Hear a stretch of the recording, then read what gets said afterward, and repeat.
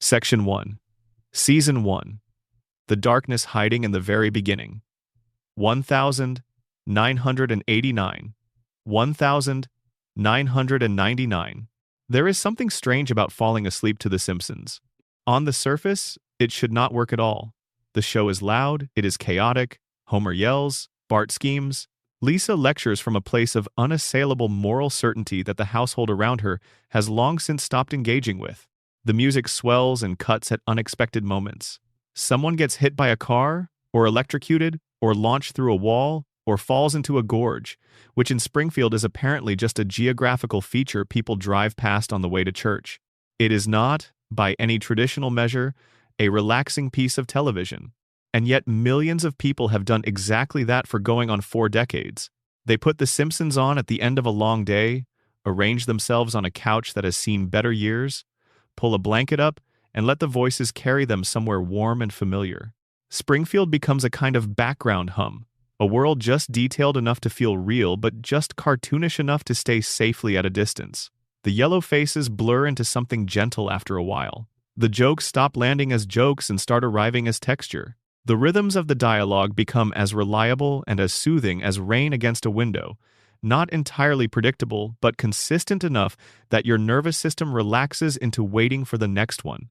And somewhere between Homer saying something spectacularly ill-considered and the credits rolling, sleep arrives quietly.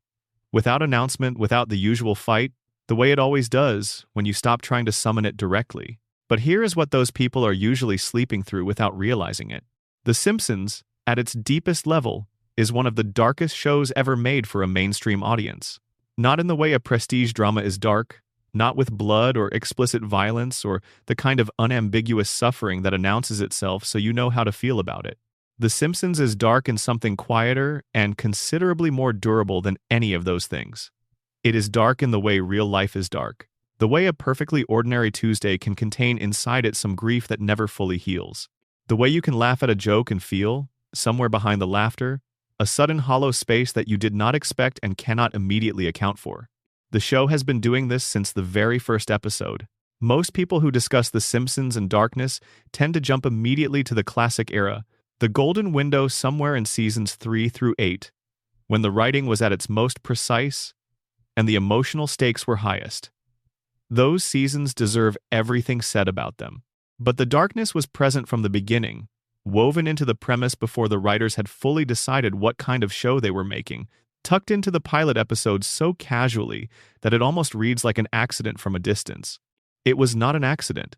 The very first episode of The Simpsons, the one that aired on December 17th, 1989, is called Simpsons Roasting on an Open Fire. It was the Christmas special, technically the 8th episode produced but the first one broadcast, designed to introduce the family to an audience that had only ever seen them in 30-second animated bumpers on a sketch comedy program. The goal, stated simply, was to establish who these people are and make viewers care enough to tune in again. What the show actually produced was something more complicated and more lasting than a successful introduction. The episode begins with a school Christmas pageant. The setting is immediately warm and culturally familiar. Lisa gives a speech about the holiday with the earnestness of a child who has not yet learned to be embarrassed by her own sincerity. Bart disrupts a nativity scene with the energy of a boy who has learned that getting a reaction is always worth the consequence. The family sits together in the audience, and for exactly long enough to make you trust it, the world of the show feels like a safe and pleasant Christmas story, the kind that ends with a bow. Then the show quietly dismantles that feeling, one piece at a time, with the patience of something that has time and plans to use it. Homer discovers that his Christmas bonus, the one he has been counting on to fund the family's holiday, has been canceled. The memo arrives from Mr. Burns' office with the minimal warmth of a corporate document. Burns has simply decided not to give bonuses this year. That is the entirety of the explanation. No financial crisis, no hardship story that might lend the decision a veneer of necessity, just a billionaire choosing to keep slightly more money than he already had because the concept of his employees' children having a good Christmas does not rise to the level of a consideration worth making. This is the first thing The Simpsons tells you about the world Homer Simpson lives in. He works for a man who employs him without remembering his name, and refuses to reward his loyalty because loyalty is not something Burns needs to pay for when the alternative is unemployment in a town that runs on a single industry. The memo does not invite a response. Homer does not tell Marge. That detail matters enormously. He cannot bring himself to say it. He hides the truth from his wife not out of simple cowardice but out of something more recognizable and more painful. He hides it because admitting that he failed to provide for his family at Christmas feels like confirmation of something he has been quietly afraid might be true about himself. That despite his genuine love for Marge and the kids, despite his willingness to show up and keep showing up, the system he exists inside is designed to grind someone like him down, and he is fundamentally helpless to stop it. The fear is not abstract. It is the fear of a man who has been trying his best for years and is beginning to understand that trying your best and achieving your goals are not always connected by any reliable mechanism. So he makes a plan. He will get a second job. He gets hired at the mall as a Santa Claus. He is installed in a plastic chair to listen to children's wishes while wearing a fake beard, and an expression that, even through the show's relatively simple early animation, reads with unmistakable clarity as the specific exhaustion of a man trying not to let anyone see how frightened he is. The job pays barely anything. He is still short. He is short in a way that no reasonable additional effort can close, because the gap between what minimum wage holiday work pays and what a Christmas for 4 children costs is not a gap that closed in 1989 any more than it closes now. So he goes to the dog track.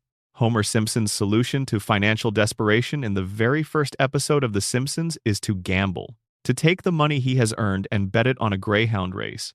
Because when the responsible options have been exhausted and the gap is still there and Christmas is coming regardless, there is sometimes only one option left that contains any hope in it at all. The hope that attaches itself to a long-shot bet is sometimes the only hope a certain kind of person has access to. Not real hope, not the kind built on a plan or a reliable system, but the desperate shimmer of maybe. The dog does not win, not even close. Homer watches his Santa money disappear, and he sits there in the bleachers with the ticket in his hand and the specific silence of a man who has run out of options. And then something stranger happens. The losing dog, Santa's little helper, is discarded by its owner for losing too many races. The owner simply walks away. Homer, a man who has just lost his family's Christmas money and has nothing left to give anyone, takes the dog home instead. That moment is the emotional engine of the entire series. The whole 36 years, approaching 800 episodes, is in some meaningful sense about that moment. A man who has failed at everything the episode asked of him, making one completely impractical choice, because he cannot walk past something being thrown away just because it failed at its assigned purpose. The family loves the dog immediately. The children are overjoyed. Marge smiles the smile she reserves for moments when Homer does something that surprises her with its decency. And the episode ends on that warmth, on the idea that a family with no money and a father who failed at every measurable objective can still have a real Christmas, because some things that matter most are not resources that run out the way money does. It is a beautiful ending, genuinely moving, even now, even if you have seen it 40 times. And it is also, if you sit with it long enough, quietly devastating, because the episode does not resolve the problem. Homer still has no bonus. He still has no Christmas money. The bills due in December are still due. January is still coming. Christmas is lovely and genuine and warm, but January in the life of a nuclear safety inspector with 4 dependents and a boss who cannot remember his name is not a problem that a rescued greyhound solves. The show gives you the emotional resolution and leaves the structural problem intact, because the structural problem is not solvable within the logic of this world. Homer Simpson will never make enough money to feel financially secure. Burns will never develop genuine consideration for the people he employs. The system will keep grinding, and Homer will keep absorbing the grinding, and the family will keep finding ways to love each other across the gap between what they have and what they need. That gap never closes. It just becomes familiar enough that you stop measuring it. The rest of Season 1 builds on this foundation. Bart the Genius, the second episode, establishes the show's relationship with the specific misery of being a child who does not fit the educational system built to process him. Bart, caught cheating on an IQ test, switches his test with that of Martin Prince and is reclassified as a genius and transferred to a school for gifted children. The episode is funny. Bart's confusion in an environment designed for people who understand what is being discussed is played with the show's early energy, broad and fast and trusting the audience. But underneath the comedy is something real. Bart is not stupid. His intelligence runs in a direction the standard curriculum was not designed to measure or accommodate. He is creative, he is fast, he is a skilled improviser of social situations, and a natural reader of the emotional dynamics in any room he enters. None of these qualities are legible to a system built around the ability to sit still and absorb information presented in a format that does not change to accommodate the person receiving it. The genius school is wrong for him in the opposite direction. He is surrounded by children whose intelligence is the kind the system recognizes, and he cannot keep pace with them, and the social misery of being the least capable person in a room full of people who know it is its own particular experience. He goes back to Springfield Elementary by the episode's end, relieved to be somewhere that at least contains the kind of failure he has practiced at. The show does not resolve the underlying question. Bart is still in a school system that does not know what to do with him. He will be in that school system for 36 years. He will never graduate. He will never find the institutional accommodation that his specific intelligence deserves. That is just the shape of his existence, and the show treats it not as a problem to solve but as a condition to inhabit. Moaning Lisa, the 6th episode of Season 1, is the episode that the show's own promotional materials sometimes describe as the first truly serious episode. It is the first time the show slowed down enough to stay with something genuinely painful long enough to look at it properly. Lisa is depressed. Not cartoon sad, not temporarily disappointed, but in the specific sustained darkness of a child who has found the world profoundly insufficient and cannot explain why to the adults around her. She cannot sleep, she cannot eat. She moves through her days carrying something heavy and invisible that the show does not diagnose or explain because the show is smarter than diagnosis. Sometimes there is no reason. Sometimes the weight arrives, and that is the whole of the explanation. Marge's initial response is the response most well-meaning adults have when a child cannot stop being sad. She tells Lisa to smile, to perform cheerfulness, to put on the face that makes the social environment around her more comfortable. Lisa tries. The performance is painful to watch even through the show's early animation style. Marge reverses this advice before the episode ends. She tells Lisa that she was wrong, that Lisa should feel whatever she feels, that the world is full of people who will tell her to smile and pretend and perform contentment she does not have, and that those people are not entirely wrong in a practical sense, but they are missing something important. A person's grief is their own and belongs to them. Lisa finds a jazz musician named Bleeding Gums Murphy in this episode. He is playing his saxophone alone at night on a bridge, because he too is carrying something that most people cannot hear past the performance. They play together. They understand each other in the way that people who have found the same frequency understand each other before they have exchanged enough words to explain why. The relationship between Lisa and Bleeding Gums Murphy becomes one of the show's longest-running emotional threads. He will return. He will become more important. And eventually he will be gone. And the loss of him will be one of the most quietly devastating things the show does in a season full of devastating things. But in Season 1, he is just a man on a bridge who recognizes what Lisa is feeling because he has been feeling it himself for years. Homer's Night Out, Episode 10, is lighter in its darkness but honest. Homer, photographed at a party in a context the photograph misrepresents, becomes briefly famous as the town's preeminent party animal. The photograph circulates. His reputation precedes him. And Homer, who has always wanted people to like him, finds that having a reputation feels different from having earned one, and that the version of Homer the photograph presents is not entirely consistent with the Homer who goes home to Marge and the kids every evening. The Telltale Head, Episode 8, is the most directly dark episode of the first season in a conventional sense. Bart, trying to impress some older kids, decapitates a statue of Jebediah Springfield. The town is devastated. The statue is beloved. And Bart, holding the stone head, has to live inside the knowledge of what he has done while the community processes its collective grief around him. The darkness here is the specific darkness of irreversibility. Bart cannot undo what he did. The statue cannot be put back together. He confesses. He is forgiven, in the generous way the show forgives things in its first season. But the episode's darkness lives in the middle section, in Bart walking through a town that is mourning something he caused, and not being able to share that mourning because his participation would require confession. Some Enchanted Evening, the season finale, brings us to the most genuinely disturbing episode of the first season. Marge, calling a radio advice show in the morning while Homer is at work, goes on air without realizing it. She describes her husband with the gentleness of someone who has made peace with her disappointment but has not stopped feeling it. She is not angry. She has the dispersed sadness of someone who has stopped being sure of what she wanted and has arrived at a state of general dimness she cannot fully describe. Homer hears his wife on the radio. He recognizes her voice immediately, which is both touching and somewhat damning. His response is to try to fix it. He arranges a romantic evening, books a hotel, hires a babysitter so he and Marge can have actual adult time alone. The babysitter is Miss Botts. She appears cheerful and competent. Then Bart and Lisa, watching television, see Miss Botts's face on a true crime program. She is the babysitter bandit, a real criminal who takes babysitting jobs, robs the houses, and ties up the children. She has done this across multiple states. What follows is played with a tension that the show's comedy does not entirely dissolve. The children have to deal with an adult criminal who is physically capable of restraining them, and who, when she realizes they know who she is, does exactly that. They are tied up in their own house. The threat is real. Bart and Lisa escape. They subdue Miss Botts. They restrain her, working together. They succeed.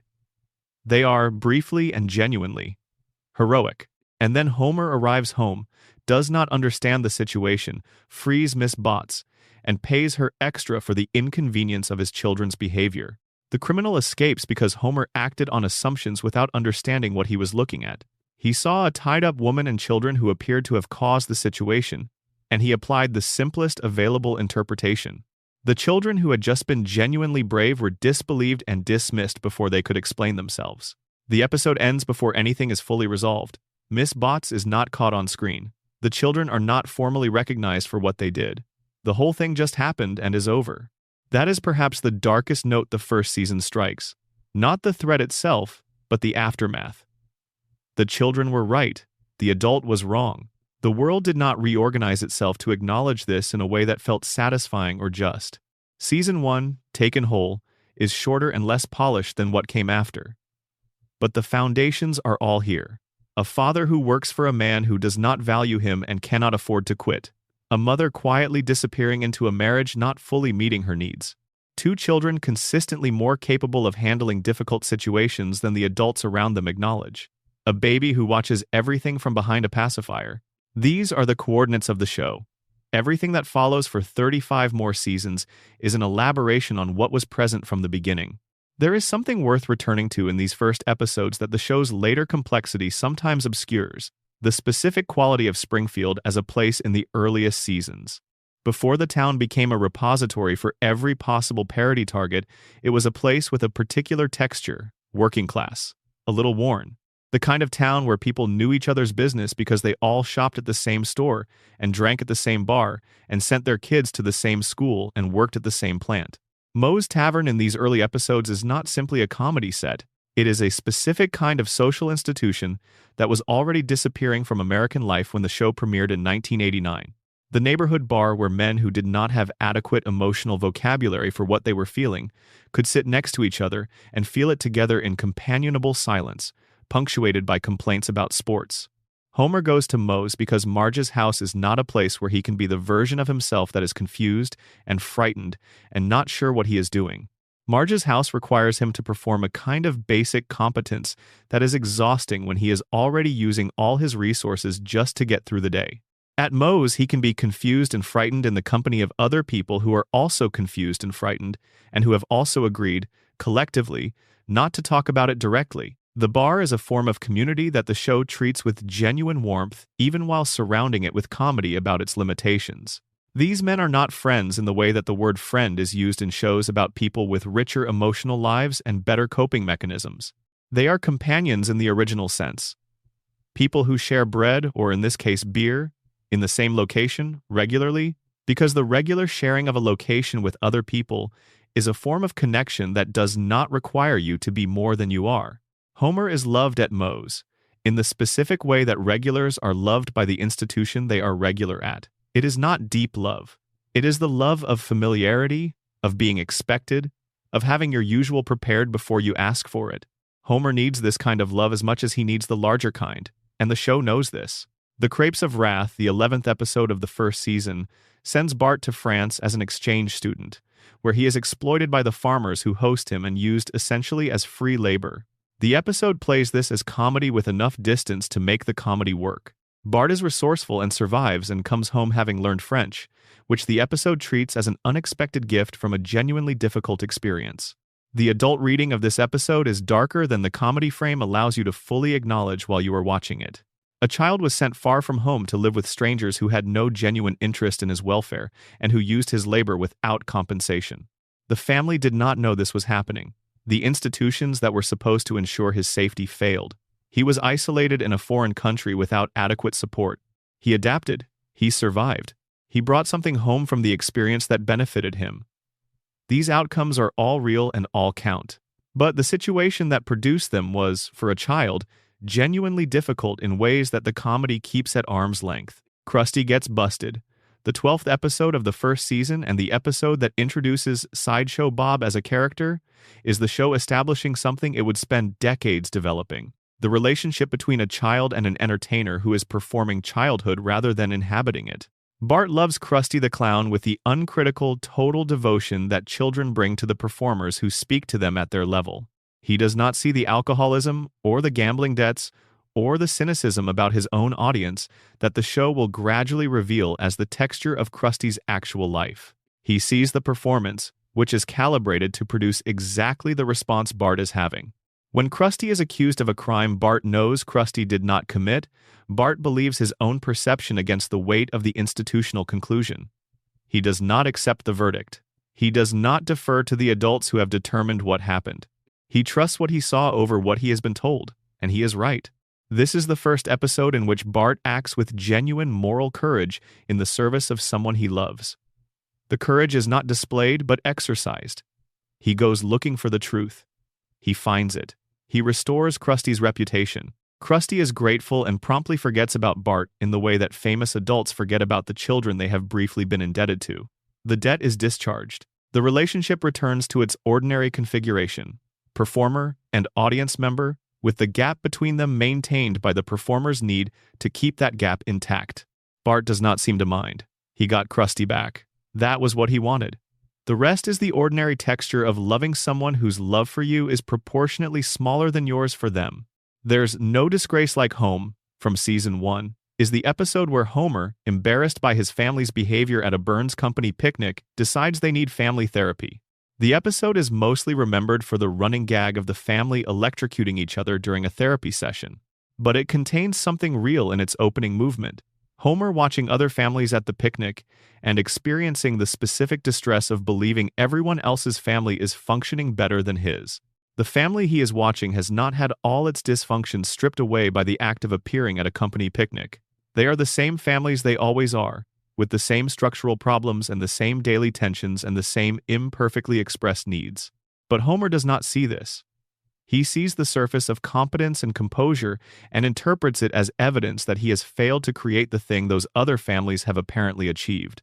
The comparison is between Homer's full knowledge of his own family's mess and his surface observation of other families' appearances. The comparison is never fair.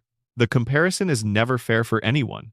And Homer, who is in many ways the least sophisticated observer in Springfield, is particularly susceptible to concluding from surface evidence that depth is available elsewhere that is not available to him. His family is the family he has. Its mess is its fullness. The episode ends with Homer loving them anyway, loudly and publicly, which is the most accurate ending available for a man who loves them, partly because of the mess, and partly in spite of it, and partly without being able to distinguish between the two. Homer vs. Lisa and the Eighth Commandment, from Season 2, is an episode about a cable television connection that Homer acquires illegally and about what it means to live in a household where the head of the family and the most morally serious member of the family are in direct conflict about a small but clearly defined ethical question. Lisa believes in the commandment. She believes it applies to the cable connection. She is right about this in the only way that ethical reasoning can produce a right answer. Through consistent application of a principle, she holds universally to a situation that falls clearly within that principle's scope. Homer wants to watch boxing. Homer has obtained a way to watch boxing without paying for it, and he does not want to engage with the question of whether obtaining it that way was wrong. The conflict between them is the show's first extended portrait of what it looks like when a principled person lives with someone who does not want to engage with principle in that moment. Lisa cannot make Homer see what she sees. She can only refuse to participate. She can only hold her own position. Homer eventually gets rid of the cable, not because Lisa's argument convinces him, but because the dream he has about divine judgment makes the question of consequences feel newly immediate. The ethical reasoning alone was not sufficient. The fear was, Homer does the right thing for a reason that is not the best reason. He does it anyway. Lisa accepts this. She is 8 years old, and she already understands that in a world populated by Homers, you take the right outcome where you find it. Moaning Lisa from Season 1 is the episode that establishes more clearly than any other what Lisa Simpson is going to be for the entire run of the show. She is sad in a way she cannot explain. She is sad in a way that her family does not have the vocabulary to address. The school counselor's advice is to suppress the sadness, to perform happiness until the performance becomes habit, which is advice about how to make other people more comfortable, rather than advice about how to actually help a child who is genuinely suffering. Marge gives her this advice. Marge gives her this advice because Marge has lived inside some version of this advice for her entire adult life. She is the woman who suppresses and performs and maintains and stabilizes, and she is trying to give her daughter the tool that has kept her functional for decades. But then she takes it back. She recants. She tells Lisa that being sad sometimes is allowed, that the sadness does not need to be fixed or hidden, that Lisa can wear her real face. This moment between Marge and Lisa, brief and quietly radical in the context of a network animated show in 1990, is the show's first entirely sincere moment. It is not comedy that tips into sincerity. It is sincerity unmediated by comedy. A mother telling her daughter something true about the world because the alternative, passing on the same comfortable suppression she was taught, would be its own form of harm. Lisa carries the saxophone everywhere after this. She plays because it gives the sadness somewhere to go. Not away. Somewhere. Number Section 2. Seasons 2 and 3 mortality arrives. Early 1000, 992. By the time The Simpsons reached its second season in the fall of 1990, the writers had developed a clearer understanding of what they were making. The show had found its audience faster than anyone at the network predicted. Critics were paying sustained attention for the first time. The characters had accumulated enough screen time that the writers could trust them to do unexpected things and have those things feel consistent rather than arbitrary. The second season is where The Simpsons first confronts death directly, not death as a punchline, not death as a cutaway gag that resets by the next scene, but death as something real and near and personally meaningful to the characters standing close to it. The episode that does this most quietly and most effectively is One Fish, Two Fish, Blowfish, Bluefish, the 11th episode of the second season. The premise sounds like broad comedy. Homer eats improperly prepared fugu at a Japanese restaurant, is told he may have been poisoned, and believes he has 24 hours to live. The version of this story that writes itself would be full of slapstick and misunderstanding, and a final reveal that the whole thing was a false alarm treated as a punchline. The Simpsons wrote a different version. The episode begins with the family at a new restaurant. Homer orders fugu because it sounds adventurous, and because he is the kind of person who is more afraid of seeming boring than of genuine risk, which is a quality the show has always treated with simultaneous affection and mild exasperation. The chef who prepares his dish is distracted. The toxins are not fully removed. Homer eats the fish. The next morning, feeling unwell in a way he cannot attribute to anything routine, Homer visits Dr. Hibbert. The doctor delivers his diagnosis with the particular tone that doctors use for serious news, measured, professional, with a warmth calibrated to communicate concern without tipping into alarm. The toxin was present. The exposure was significant. Homer has been given roughly 24 hours. He should put his affairs in order. Homer's immediate response, a brief blank stare followed by the physical comedy of a man processing news his body does not know how to absorb, is the episode's last purely comedic beat. After that, the show makes a choice. It follows Homer through his last day with patience and specificity, and it does not use the comedy to protect you from the genuine weight of what is happening. Homer makes a list. Not a dramatic bucket list composed of grand ambitions that reveal hidden depths. a list of things he specifically wants to do with the hours he has. The list is the list of a man whose most pressing desires are not the desires he would have admitted to before this morning. He wants to eat one last great meal. He wants to hear Lisa play her saxophone. He wants to have a catch with Bart. He wants to tell his father that he loves him. He wants to see the sunrise. He wants to make love to his wife one last time. These are not dramatic ambitions. They are the ambitions of a person who has realized, too suddenly and too finally, that the ordinary moments were the whole thing. That what he was going to do when he got around to it was already happening, had been happening for years, and he had been treating it as preliminary. The episode moves through Homer's day with a structural honesty that the show would maintain as one of its defining qualities. Some things on the list go according to plan. Some go sideways in small, human, recognizable ways. The conversation with Abe is awkward. It does not reach the depth Homer wanted. Abe receives Homer's declaration of love with the discomfort of a man who was not raised in a family that knew how to receive those words, and the moment Homer imagined as profound lands as something slightly more complicated and slightly less satisfying than that. He spends time at Moe's bar, which is not on the list at all. He goes there not because he has forgotten the list or abandoned it, but because sitting in a familiar place with familiar people is the specific comfort that is hardest to resist when you are trying to use your remaining time meaningfully. It is the most human possible response to the awareness of limited time, to spend some of it on the things that have always been there, that are already in place and waiting. The list does not get finished. Of course it does not. You cannot plan the last day precisely any more than you can plan the first one. You make the attempt. You do what you can. You go to the bar. He does make it home. He lies in bed with Marge. And after she falls asleep, in the specific gentle dark of a house at rest, he slips out to spend what he believes are his final hours doing something he had planned. He puts on a record. He sits in a chair. He watches the clock. He waits for the end with the quiet acceptance of a man who has done most of what he wanted to do today and is now simply present in what is left. The end does not come. He survives the night. He wakes to a sunrise that is just a sunrise and not a final one, and the episode closes on Homer, alive, genuinely moved by the continued fact of his own existence. He cries. Not dramatically, not in the way television usually stages emotional releases, but with the specific inarticulateness of a person who cannot explain what they are feeling, because feeling it already takes everything they have. It is a comedy episode, it has jokes in it, real ones that land, but it is also one of the most quietly sincere pieces of television about mortality that the decade produced. And it works because it never tries to be a statement about death. It just follows Homer through his last day and trusts that the specificity of his choices will make you feel something without being told what to feel. Homer versus Lisa and the Eighth Commandment, also from Season 2, is one of the most thoughtful religious ethics episodes the show ever made. Homer has illegally connected the house to cable television. For Homer, this is uncomplicated. Free cable is free cable. The moral architecture of the decision is not something he has examined or intends to examine. Lisa cannot stop examining it.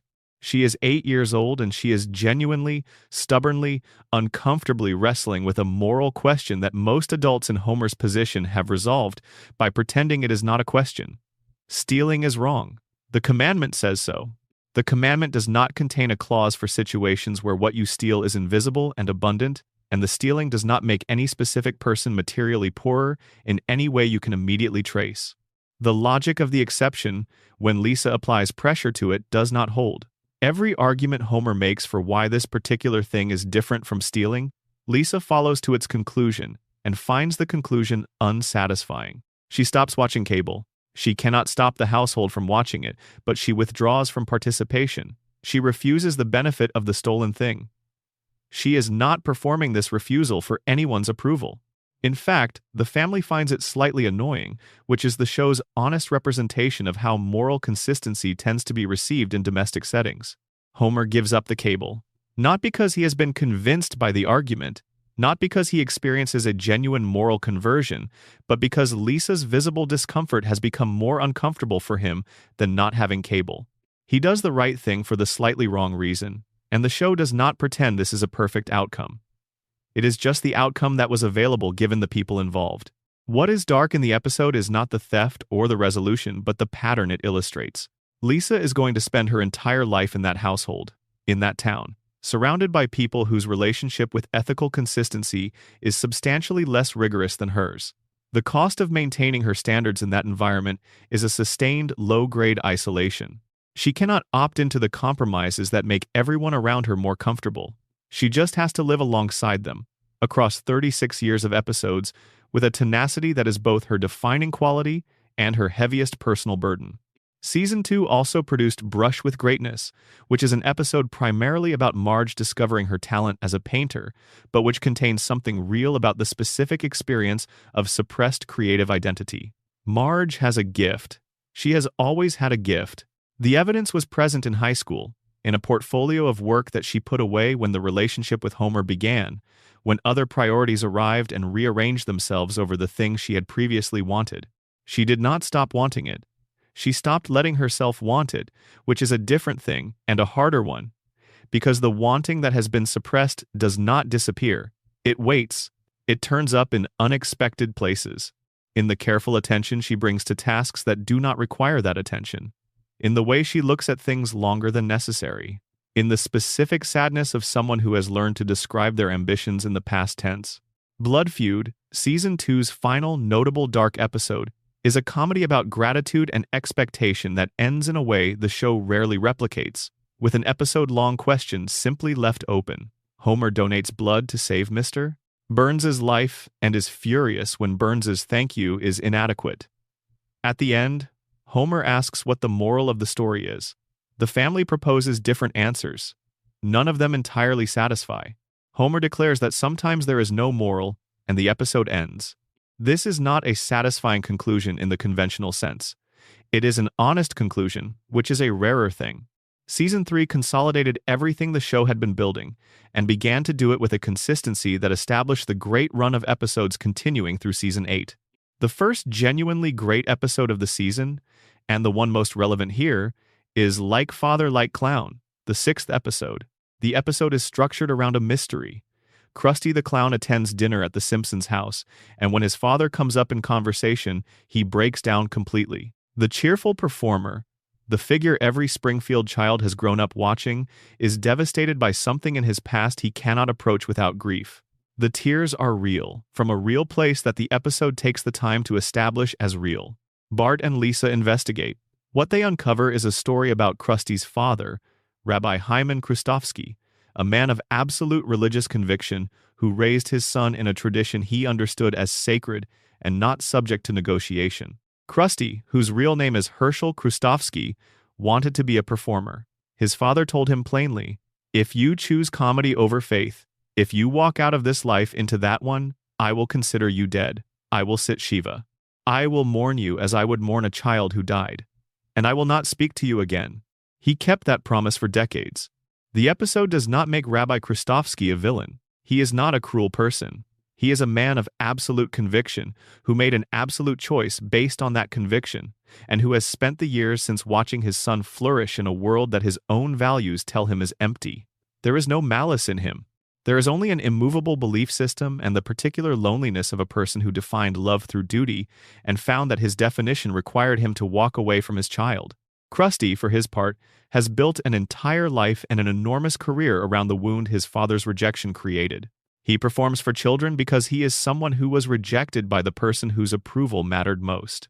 Filling auditoriums with the laughter of strangers is one of the things you do when you cannot get the one response that would have mattered. The audience is not a substitute.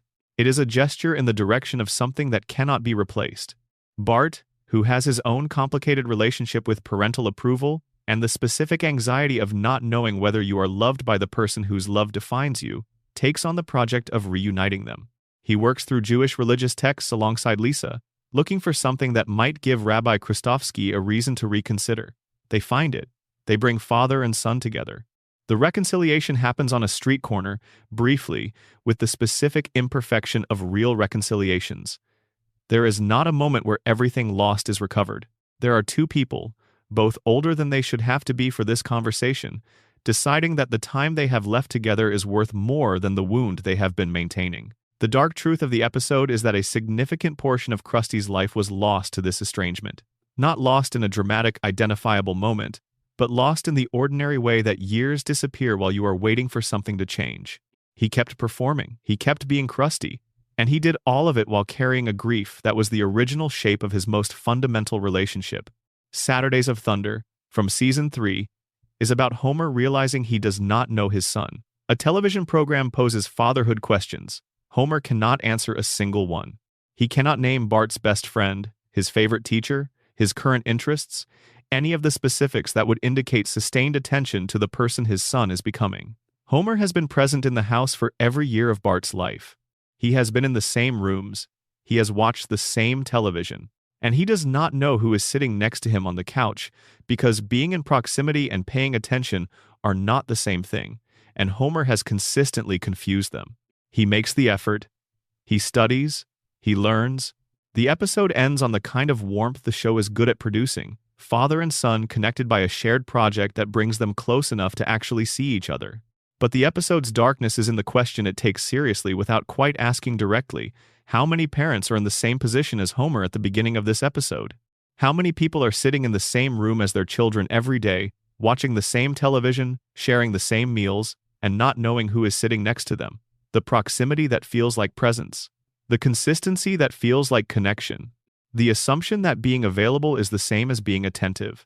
Bart's Friend Falls in Love from Season 3 explores the particular sadness of being replaced by someone new in a friendship you thought was solid. Bart's best friend Milhouse begins dating a girl named Samantha, and the dynamic between the two boys changes in the way that dynamics between best friends always change when a third person arrives who matters more to one of them than the friendship does. Bart does not know how to articulate what he has lost or how to ask for it back. He sits with a loneliness that the episode treats with more seriousness than the comedy around it might suggest it intends. The episode established, in between its comedy, what it feels like to be the friend who is not chosen when someone new arrives. That feeling is not funny. It is just accurately represented by a cartoon. Colonel Homer, from Season 3, is an episode about Homer accidentally becoming the manager of a country music singer named Lurleen Lumpkin. The episode is played largely as comedy about jealousy and fame, and Homer's inability to recognize when someone is attracted to him. But it contains something real about the experience of a woman who has organized her life around survival in an industry that does not care about her as a person, and who briefly encounters someone who treats her with basic kindness, and responds to that kindness with what feels like love, but is actually the response to being treated decently for the first time in a long time. Lurleen is not in love with Homer. She is responding to decency with the overwhelming gratitude of someone who has not received much of it. The show is honest about the distinction without being cruel about it. She moves on. Homer goes home to Marge. The episode ends warmly for everyone. But the texture of Lurleen's situation, the specific vulnerability of someone who has learned to convert any decency into something larger than it is because decency has been so rare, is real and recognized and not played entirely for laughs. Selma's Choice from Season 4 is the episode where Selma Bouvier, Marge's sister, begins to confront the fact that she wants a child and may have missed the window for having one in the conventional way. The episode surrounds this with comedy, mostly involving a disastrous trip to a theme park, but the emotional current underneath the comedy is genuine, and the show does not entirely manage to cover it with jokes. Selma is not a sympathetic character in the way that the show's central family members are sympathetic. She and Patty have been positioned throughout the show's early run as obstacles and critics, as the people who see Homer's failures most clearly and who love Marge best and therefore tolerate the marriage with visible reluctance. But Selma's Choice gives her an interior life that the show has not previously had access to. She wants something. The specific, deep, ongoing want of a person who has organized her life around work and routine, and the companionship of Patty, and who has reached the point where the life has stopped feeling sufficient in a way it used to. The episode gives her a temporary child to care for, Lisa during the theme park trip, and then takes the child home. Selma goes back to her apartment. The episode ends there, in the specific quiet of a space that a person lives in alone after briefly containing someone else. It is one of the show's most efficiently devastating emotional beats, and it belongs to a character who the show usually deploys for comedy rather than feeling.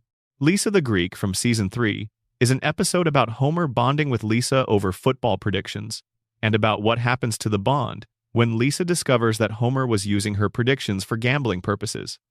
The discovery is not that the bond was false. The bond was real. Homer genuinely enjoyed the Sunday afternoons with Lisa. He was also using them for financial gain, and the two things existed simultaneously, and the discovery of one does not erase the other even though it complicates it. Lisa has to hold both things about her father, that he was genuinely with her and that he was also doing something else with their time together. The show gives her the space to be genuinely hurt by this without telling her, or the audience, that the hurt is the whole story. Homer apologizes. He watches the Super Bowl with her without any money on the line. She predicts the winner correctly. They are together in the room, without the transaction between them, and it is better than it was with the transaction. The bond was real. It is more real without the complication. When Flanders Failed, from Season 3, is the episode where Homer wishes for Ned Flanders to fail and Ned Flanders actually fails. His store struggles. His family is under stress. Homer, who wished for this, watches it happen from across the fence with an ambivalence that the episode refuses to resolve into simple guilt. Homer does not want Ned to suffer, but he also, somewhere, wanted to see Ned's effortlessness disrupted, wanted the man who does everything right to experience the consequences that Homer believes should attach to the kind of person Ned is. He wanted Ned to be fallible, and then Ned was fallible, and it turned out wanting it was different from watching it. Homer helps in the end. He sends customers to Ned's store. He uses his network, the Moe's network of regular working people who will show up for each other, to restore what Ned has lost. He does not do it gracefully. He does it with the specific combination of genuine care and visible self-congratulation that marks Homer's best acts. But he does it. The episode's honest note is in what Homer's wish revealed about him, the specific envy that attaches to goodness when you are watching it from the outside. Ned's goodness, which Homer benefits from and is grateful for, is also something Homer resents because it demonstrates a standard he cannot meet. The resentment and the gratitude coexist, as they do in real relationships between people who are different in ways that matter. Homer resents Ned and loves him, imprecisely and inconsistently, without being able to fully separate the two feelings or to direct them cleanly. This is probably the most honest portrait of a neighbor relationship in the show's history. Lisa's Pony, from Season 3, is the episode where Homer promises Lisa a pony he cannot afford and then works a second job overnight to pay for it. The episode is structured as a comedy of escalating financial strain, but what it documents underneath the comedy is the way that love in Homer's hands tends to express itself through action rather than through words, and how the actions that express the love are often the same actions that create the problems the love is supposed to solve. Homer bought the pony because he hurt Lisa and wanted to fix it. The fixing costs more than he has. The cost requires him to work through the night, which exhausts him, which makes him a worse father during the hours when he is present, which defeats the purpose of the sacrifice somewhat. The pony goes back. The episode ends with Homer and Lisa together, without the pony, which is what they had before the sequence began. But the sequence happened. Homer did the overnight job. He did it because he loves her with the specific, action-oriented love that is the only love he knows how to express at full volume. Lisa knows this. She always knows this. The saxophone plays. Blood Feud, the Season 2 finale, is the episode where Homer donates blood to save Mr. Burns' life, and then expects a proportionate reward. Burns gives Homer a thank you card. Homer is furious. He writes an angry letter. Marge makes him not send it. He sends it anyway. The aftermath of the sent letter, which is one of the show's purest expressions of Homer doing the catastrophically wrong thing at the catastrophically wrong time, for a reason that is completely understandable, is a chase sequence and a crisis, and eventually a gift of an enormous Olmec head that nobody in the family quite knows what to do with. The episode ends without a moral. It ends with the family sitting around the Olmec head and Bart asking what the moral of the story is. Homer says it was about the rich helping the poor. Marge says it was about the preciousness of human life. Lisa says it was about neither of those things. The show does not resolve which of them is right. It just ends. The family is together. The head is there. The lesson, if there is one, belongs to whoever is watching and willing to decide what the story was about.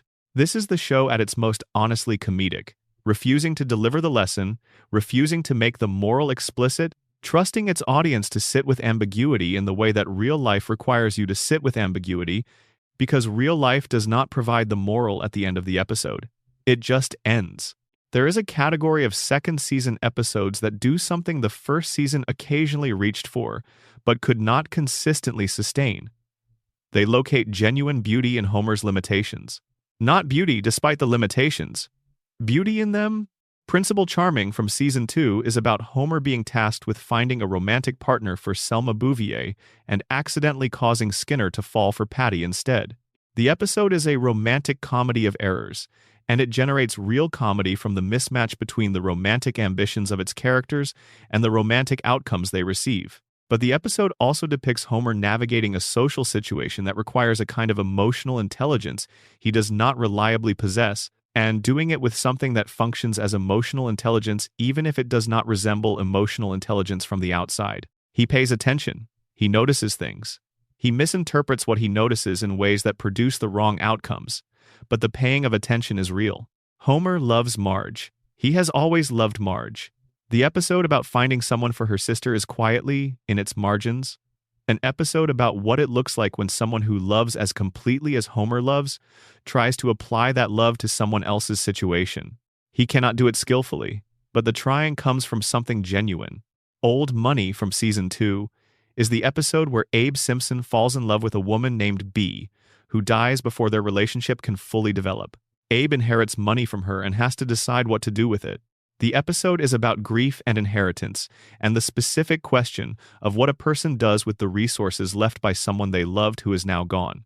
He decides to give the money to the Springfield retirement castle, where he lives, to improve its conditions.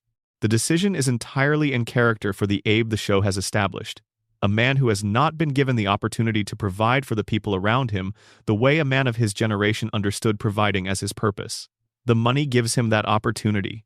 He takes it. The episode is quiet and a little sad in the way that episodes about old people's love stories tend to be quiet and a little sad.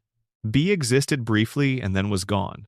Abe loved her in the specific way of someone who did not expect to love again and found that they could. The loss of her is real, and the money she left behind is real, and he uses it in a way that she would have approved of. The episode does not give Abe another love story. It gives him the memory of one, and the resources to do something good with what the memory left behind. This is the show being honest about what late-life love produces when the structure of the show does not accommodate its continuation. Oh, Brother, Where Art Thou? From Season 2 is the episode where Homer discovers he has a half-brother, Herb Powell, played by Danny DeVito, who runs an automobile company. Herb invites Homer to Detroit to help design a car for the average American. Homer designs the car with complete sincerity, incorporating everything he personally wants in an automobile without considering what anyone else might want. The car is a catastrophe. It bankrupts the company. Herb loses everything he built, and Homer does not fully understand what happened because he brought his full, honest self to the assignment and cannot see that his full, honest self was the problem. The episode ends with Herb disowning Homer. The loss of the brother Homer briefly had, the first member of his extended family who had chosen to include Homer rather than inheriting him, is a real loss that the show treats with the seriousness it deserves. Homer caused genuine damage to a real person. The damage came from who Homer is, not from anything he intended. The road between intention and outcome in Homer's case is full of the specific hazards of a person who acts from complete, uncurated sincerity in a world that requires some editing of the self before the self is deployed. He meant well. The car was a disaster. The brother was gone. These things are all true simultaneously. And in a later season, Herb returns and forgives Homer, which is one of the show's more generous acts toward a character who had every reason not to forgive. Herb comes back. Homer gets to keep the brother after all. But the episode from Season 2 does not know this is coming. It ends with the loss. It sits in the loss. The show lets the ending be the loss, which is the honest ending for a story that ends before the healing. Number Section 3. Seasons 4 and 5. A Father's Fragility and the Cost of Dreams. 1992, 1994. The Simpsons' 4th and 5th seasons represent something that happens only occasionally in long-running television, a creative peak that is also a moment of genuine artistic ambition. The writers, working with characters and a world they now understood deeply, began to do things that had no precedent in the medium. They began to write comedy that could sustain real weight without losing the comedy, which is a different and harder discipline than simply alternating between funny and sad. In this era of maximum creative confidence, the show turned its sustained attention toward the specific vulnerability of a father. Homer's triple bypass, The 11th episode of Season 4 begins with a comedy premise, Homer's terrible diet catching up with him, and ends with open-heart surgery performed by a doctor whose competence is aggressively in doubt. The arc between these 2 points is one of the show's most carefully constructed pieces of emotional storytelling. And it works because it never sentimentalizes what is happening, and never allows Homer to be more self-aware than he actually is. Homer has a heart attack at work. Not a cinematic heart attack designed to be recognized immediately as a dramatic event, but the kind that starts as a feeling you try to explain away and attribute to something ordinary, and that slowly becomes undeniable. He is rushed to the hospital. Doctor. Hibbert delivers the news with the particular professional warmth of a doctor who has delivered bad news enough times to have developed a style for it. Homer needs bypass surgery. The standard cost, quoted without ceremony, is $40,000. Homer does not have $40,000. The surgery that will keep him alive is priced categorically beyond the reach of a man at his income level. Burns, informed of Homer's condition, offers to cover the cost. The episode presents this as Burns's generosity, briefly, before revealing the terms. Homer must sign away any existing claims against the plant for its role in his health problems. The offer is not generosity. It is a commercial transaction in which Burns calculates that paying for one surgery is cheaper than settling the liability that a dead Homer would represent. He helps Homer because the math works out in Burns's favor. Homer's surgery is assigned to Dr. Nick Riviera, whose medical credentials are, charitably stated, unestablished. The episode treats this as comedy, because it is. But it is also the show's representation of what healthcare access looks like for someone at Homer's economic level. The episode's darkest scene comes late, the night before the surgery. Bart goes to his father's hospital room. He sits with Homer in the dark room that hospital rooms become after visiting hours, when the bustle of medical activity has calmed, and what remains is just a person in a bed and the knowledge of what tomorrow contains. Homer, half asleep and genuinely frightened in a way he has not been able to admit to anyone, asks Bart something. He asks him to teach him how to pray. He cannot remember the words. He wants the comfort of prayer but does not have the architecture for it, and so he asks his 10-year-old son to reconstruct it for him. Bart does it. The moment is not played for laughs. It is entirely sincere, and its sincerity works precisely because of who it is between. Bart, the kid who has spent 4 seasons terrorizing teachers and treating authority as a personal challenge, sits quietly in a hospital room and teaches his frightened father how to talk to God. Homer, the man who is supposed to be the authority in this household, admits that he is scared and does not know how to ask for help from anything larger than himself and needs his child to show him.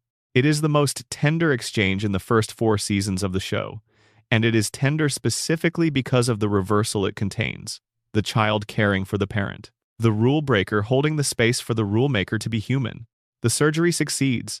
The episode closes on Homer alive and recovering, but the show leaves the underlying conditions entirely unaddressed. Homer is still overweight. Burns has still not fixed the plant violations. Dr. Nick continues practicing medicine. The structural causes of everything that happened are exactly where they were before. But Homer is alive, and Bart knows how to pray. Rosebud, from Season 5, is the Mr. Burns episode that the show's best writers made when they decided to give the villain a genuine interior life.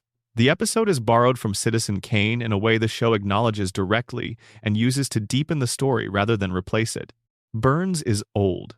Burns has always been old, but this episode makes his oldness specific by connecting it to a loss so deep and so early that it has never been replaceable by anything the decades could provide. The lost thing is Bobo, a stuffed bear he had when he was a small child.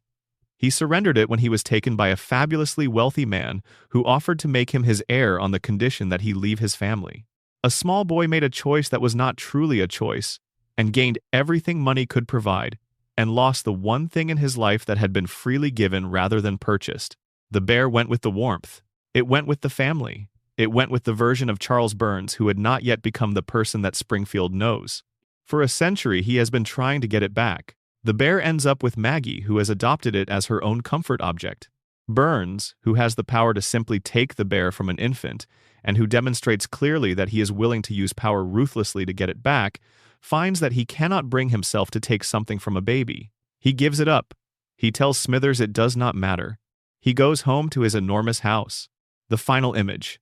Burns in his childhood body, in a dream or a memory, holding Bobo. He is small. He is before. He is the person he was before the wealth and the power and the 100 years of choices that made him the man nobody in Springfield would mourn. He is holding the bear. It is one of the show's most carefully constructed emotional images. It does not make Burns sympathetic in any way that softens his villainy. It makes him comprehensible. It shows you where the monster was shaped and what the shaping cost. Every person who causes harm to others was once someone small who loved something. The show does not argue that this excuses anything. It just insists that understanding it is part of the truth. And Maggie Makes 3, from season 6, is considered by many people who have watched the show carefully to be the most emotionally complete episode it ever produced.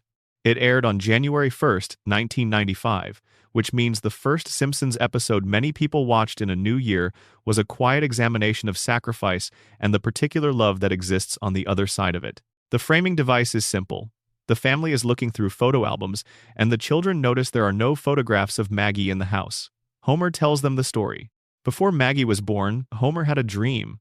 A specific, modest, achievable dream of the kind that a person like Homer actually has. He was working at the power plant, hating it with the specificity of someone who knows they are in the wrong place but cannot yet afford to leave. He wanted to work at a bowling alley. He loved bowling. He was good at bowling. He found joy in it in the uncomplicated, whole-body way that people find joy in things they were built for. He saved. He calculated. He ran the numbers with a precision he does not normally apply to financial planning. He figured out exactly how much he needed and executed the plan. He quit the plant. He went to the bowling alley. He started working there. For a period, Homer Simpson was doing the thing he actually wanted to do. The happiness this produced in him was visible and uncomplicated and genuine. Then Marge told him she was pregnant. The bowling alley does not pay enough. The math does not work with a third child. Homer goes back to Burns's office and asks for his job back. Burns rehires Homer on the condition that a placard be placed permanently at Homer's workstation reading, "Don't forget you're here forever." Homer goes back to Sector 7G, back to the console, back to the life he had fought to escape.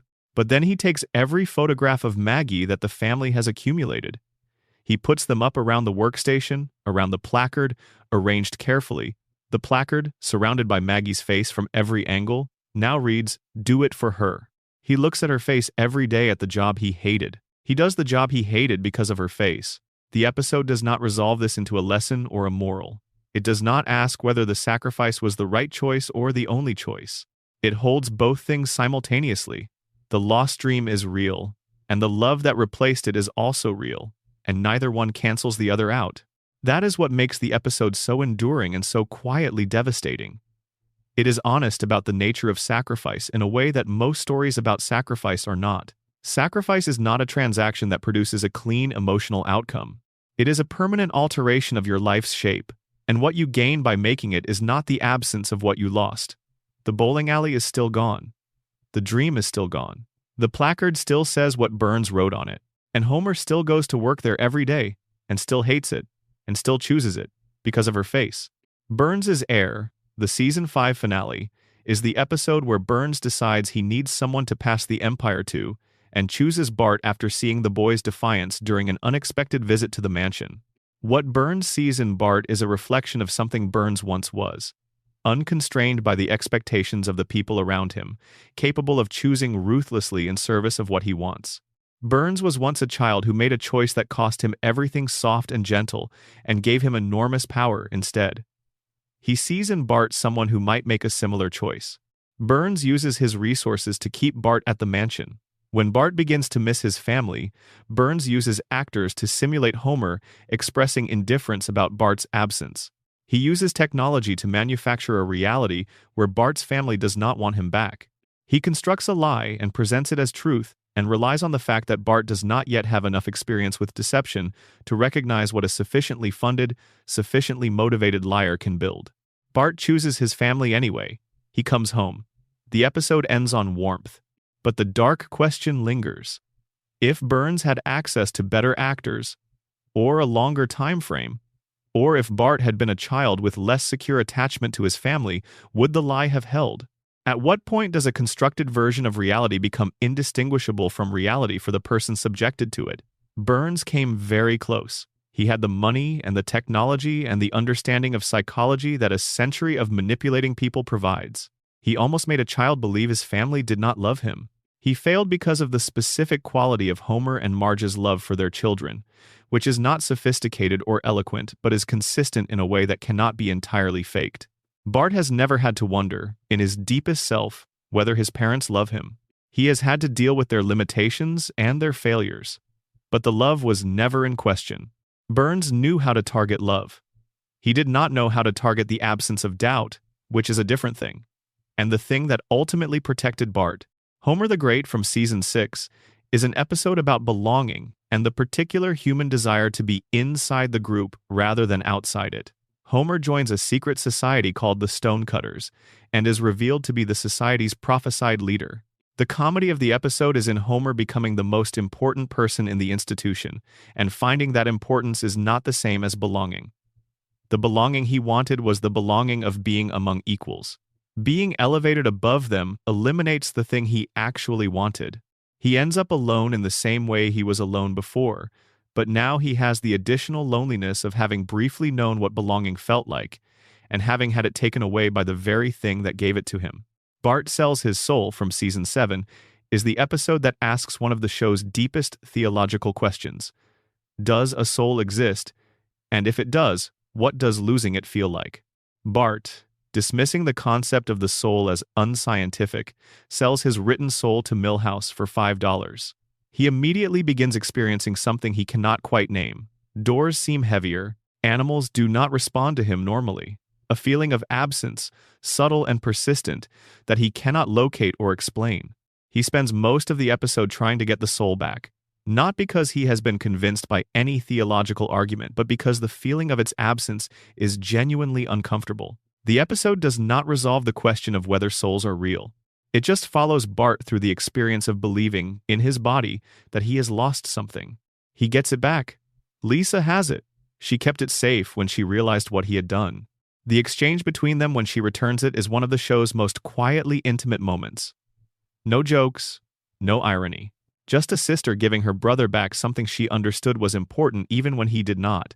The Season 5 episode Homer Loves Flanders is an episode that deserves more attention than it typically receives in discussions of the show's emotional range.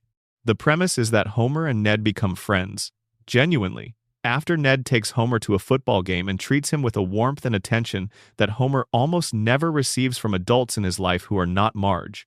Homer loves it. He loves being in the orbit of someone who is kind to him without an ulterior motive. He follows Ned everywhere. He becomes the kind of friend who is so eager for the connection that he cannot regulate his enthusiasm for it, who calls too much and shows up at the wrong times, and whose need for proximity exhausts the person he is attached to. Ned begins to dread him. Not because he does not like Homer, but because Homer's attachment is consuming in a way that makes the friendship feel more like an obligation than a choice. By the end of the episode, Ned is praying for release from this friendship, and the show gives him release by having Homer's behavior finally cross a line that the community notices and judges. The dark version of this episode is about what Homer's need reveals. He wants to be liked so badly that he cannot manage the friendship in a way that would actually sustain it. His need is genuine, and his need is also self-defeating. The thing he wants, to be genuinely close to someone, is undermined by the intensity of his wanting it, which makes him too much for most people to absorb. Ned has an infinite tolerance for most of Springfield, but Homer at maximum need is even too much for Ned. That is a very specific kind of loneliness. Being too much for the kindest person in town. Deep Space Homer, from Season 5, is the episode where Homer is sent to space, which is the show beginning its post-Season 4 departure into the more surreal territory that the coma theory would attribute to an increasingly unmoored dreaming brain. But inside the surreal premise is something real about what happens when a person who has spent years being told they are ordinary is briefly told they are exceptional. Homer is selected as an ordinary citizen astronaut partly because NASA's ratings have dropped and they want a more relatable, everyman presence on the shuttle. The selection is not based on merit in any conventional sense. Homer is chosen because he is ordinary enough to be interesting to people who are also ordinary. He almost does not know what to do with being chosen. He has spent 40 years in the context of Springfield being told, through 10,000 small daily exchanges, that he is less intelligent than he should be, less competent than his job requires, less worthy of attention than the people around him. And now he has been selected for something, even if the selection was not about excellence. He rises to it. He solves a problem on the shuttle that the trained astronauts cannot solve. He comes home having done something. The parade in his honor evaporates immediately as a news helicopter spots O.J. Simpson, which is a joke, and also a joke about the brevity of any ordinary person's moment of recognition in a culture that moves on instantly to the next thing. Homer had his moment. It was real. It is already over. The Last Temptation of Homer, from Season 5, is one of the show's most honest episodes about the specific difficulty of fidelity in a marriage where the people involved are still, fundamentally, the same people they were before the commitment was made. Homer meets a colleague named Mindy who likes beer and donuts, and the specific pleasures that Homer also loves. They have an effortless connection of the kind that marriage rarely provides, and attraction often does. He does not want to betray Marge. He loves Marge. The love is real, and the commitment is real, and his desire to honor it is real. But the ease of the connection with Mindy is also real, and the contrast between that ease and the sustained effort of long-term partnership is something he notices. God appears to tell Homer that whatever happens in his heart is his choice, which is either reassuring or terrifying depending on how you read it. Homer ultimately chooses Marge. He goes to his hotel room expecting to find Mindy and finds Marge instead, there to surprise him, and the choice resolves itself through circumstance rather than through pure will. The episode is honest about what it is actually depicting, the experience of a good person in a real marriage encountering the specific pull of connection, without history. It does not moralize. It does not pretend that Homer's attraction to Mindy was wrong or that his love for Marge makes the attraction impossible. It just follows a person through the territory and lets him come out the other side with his marriage intact and his own complexity acknowledged. Boy Scouts End the Hood, from Season 5, is partly an adventure comedy and partly an episode about Bart finding unexpected community in the junior campers and then fighting his own instinct to undermine it because belonging feels dangerous to him in a way that not belonging does. Bart has spent years defining himself against every institution that tries to absorb him. School, organized activities, adult-supervised anything. His resistance is his identity. But when he accidentally joins the junior campers and finds a space where he is competent, where the skills he has are actually useful, where the specific combination of chaos and resourcefulness that makes him a problem in a classroom makes him an asset in the wilderness, he does not know how to have that without threatening the self he has built. He resists his own enjoyment of it. He tries to undermine the experience because enjoying it would require him to revise something about who he has decided he is. The episode ends on warm terms, with Bart having saved the group through the very qualities that institutions keep trying to correct. His instincts, which are wrong in classrooms, are right in emergencies. The dark note is in what had to happen to get Bart there. He had to be in genuine danger before his own capabilities became legible to him as capabilities rather than as deficits. He has spent so many years being told what is wrong with him that he has almost lost track of what is right. Season 4's Duffless is an episode about Homer giving up beer for a month at Marge's request. The episode is a comedy about withdrawal and temptation and the specific daily difficulty of abstaining from something that has become structural rather than recreational. Homer makes it through the month. This is the episode's surprise. You expect Homer to fail because Homer is the character who fails at sustained commitment in the service of personal improvement. But he does not fail. He makes it to the end of the month. And at the end of the month, when he has earned the right to drink again, he chooses instead to go for a bike ride with Marge in the late afternoon light. The moment is brief and quiet, and the show surrounds it with jokes so that you do not feel manipulated into its warmth. But the warmth is there. Homer chose Marge over the beer. He had both options, the earned drink and the offered companionship, and he chose the companionship. This is the Season 4 show at its most quietly generous. It trusts Homer to choose the right thing, and it trusts the audience to understand that the right thing in this case is not a grand gesture but an afternoon on bikes, which is all he has to offer and which is, in the moment, exactly enough. The Front, from Season 4, is an episode where Bart and Lisa submit a script to the Itchy and Scratchy show under Abe Simpson's name because neither of them is old enough to be taken seriously as writers. The script is produced. Abe receives an award for work that is not his. The episode uses the premise to examine what happens when the recognition goes to the wrong person through no fault of anyone's malice. It simply went where the system directed it, which was toward the adult with the name that fit the form. Bart and Lisa did the work. Abe received the credit. The situation is absurd in the way that real-world credential systems that value the container over the contents are absurd. Abe gives an acceptance speech that is entirely about his own grievances and entirely unrelated to the work. The work is never discussed because the people who did it are not there to discuss it.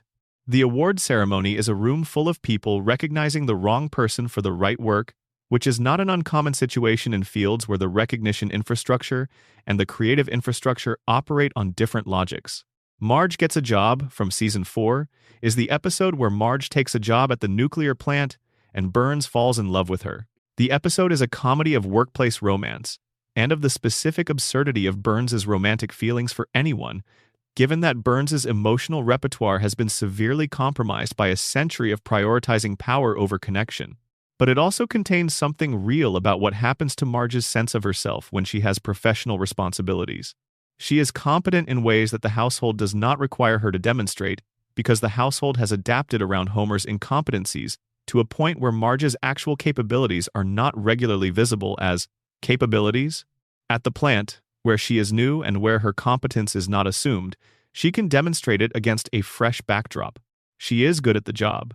The show treats this as obvious rather than surprising. She has always been competent. She has been deploying that competence for years in a context that does not recognize it, because the context has been built to need Homer in ways that make him visible and to need Marge in ways that make her invisible. The job ends because of Burns's behavior, which cannot be managed because Burns's power in the plant is absolute. She returns to the household. Her competence returns to its ordinary invisibility. But the episode saw it. Homer the Vigilante, from Season 4, is an episode about Homer organizing a neighborhood watch group that becomes a vigilante mob, which is the show's first sustained examination of how quickly organized civic response to a genuine problem can degrade into the pleasure of exercising power over other people. The cat burglar is real, the thefts are real, the community's desire to do something about it is reasonable. But the something Homer organizes is not calibrated to the problem. It expands beyond the problem. It begins to address problems that were not the original problem, and the address consists increasingly of the group demonstrating its ability to enforce its will rather than solving anything. Homer disbands the group when he realizes this. He has that moment of clarity, which the show gives him with some regularity, where the structure he has been inside becomes briefly visible as a structure, and he can see what it is doing rather than what he thought it was doing. The moment of clarity does not come with a comprehensive understanding of what went wrong. Homer is not capable of that analysis. He just knows something went wrong, and he stops. This is Homer at his most functional, moral level, not reasoning his way to the right action but sensing that he has moved away from it and correcting back. Treehouse of Horror 4, the fourth Halloween special from Season 5, contains a segment where Homer sells his soul to the devil for a donut. The segment uses Faust's bargain as a vehicle for a sustained examination of what Homer's soul is worth, which turns out to be what any soul is worth in the segment's logic: everything. Because a soul is not a commodity that can be exchanged for a commodity without the exchange being fundamentally wrong, regardless of the terms. The devil's frustration when Marge presents evidence that Homer had already promised his soul to her before the deal was struck, and the court's ruling in Homer's favor, is the episode using divine comedy mechanics to arrive at a conclusion that is genuinely romantic. The pre-existing claim that a marriage represents is stronger than any subsequent transaction. Homer is saved by the fact that he already gave himself to Marge before the devil made his offer. The soul that the devil thought he was purchasing had already been given away freely to someone who wanted it before the commercial transaction was proposed. The donut is still mostly eaten though. Homer has that. And in the episode's final image, which is comedically dark rather than dramatically dark, his head becomes a donut that night in his sleep, which is the show's typically cheerful way of implying that the consequences of the deal were not entirely avoided even if the worst of them were. Number Section 4. Seasons 6 and 7. The cost of what was given up, 1,994. 1,996. Seasons 6 and 7 of The Simpsons represent the peak of what the show was willing to risk emotionally. The writers, in full command of their characters and their world, began taking the show into territory that had no precedent in network animation. Mother Simpson from Season 7 is the episode that most people point to when they want to illustrate the show's capacity for genuine emotional devastation. It aired on November 19, 1995, and it remains one of the most carefully constructed pieces of family storytelling the show ever produced. For the first 6 seasons, Homer's mother was dead. That was the official story. Abe told Homer she had passed when Homer was young. He showed Homer a grave. Homer mourned. He grew up believing he was a boy whose mother died and whose father was too cold and distant to fill the void she left.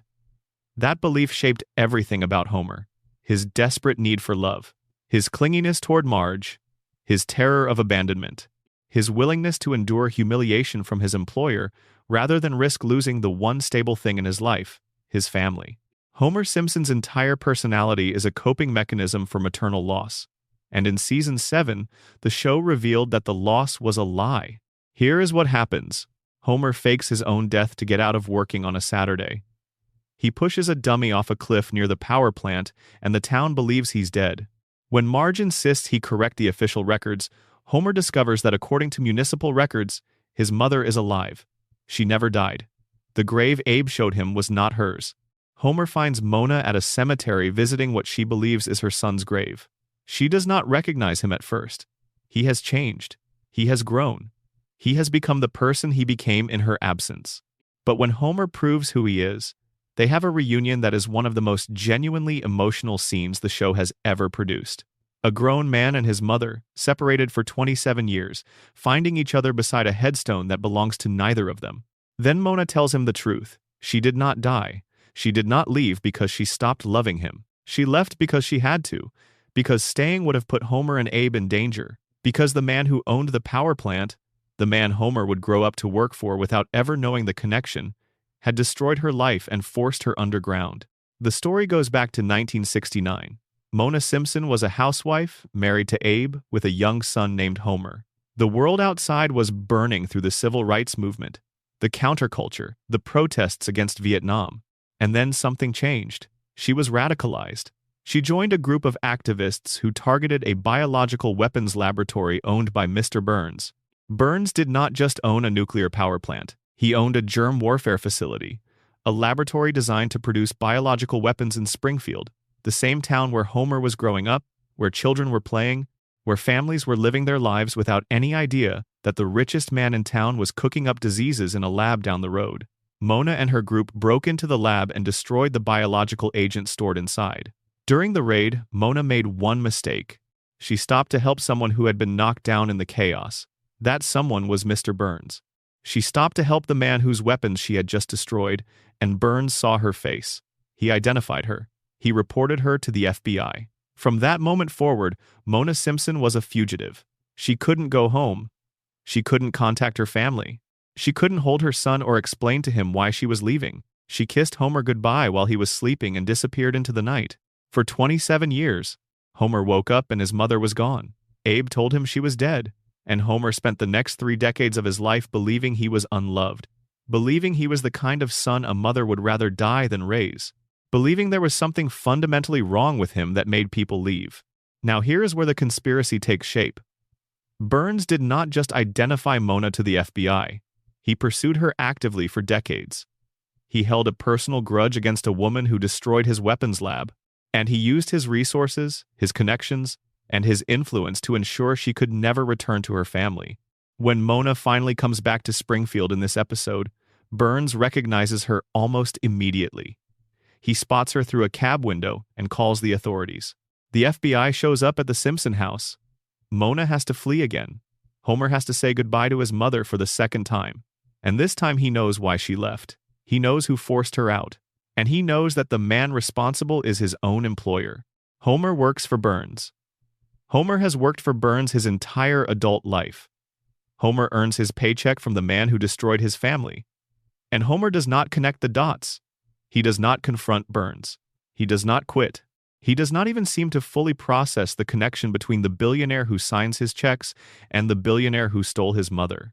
Homer's inability to make this connection is not played as a joke. It is played as tragedy. because Homer Simpson is not capable of making connections like that. His brain does not work that way. The crayon, the radiation, the decades of cognitive erosion from living in Springfield's contaminated environment. Homer is too damaged to understand the architecture of his own suffering. And that is the conspiracy.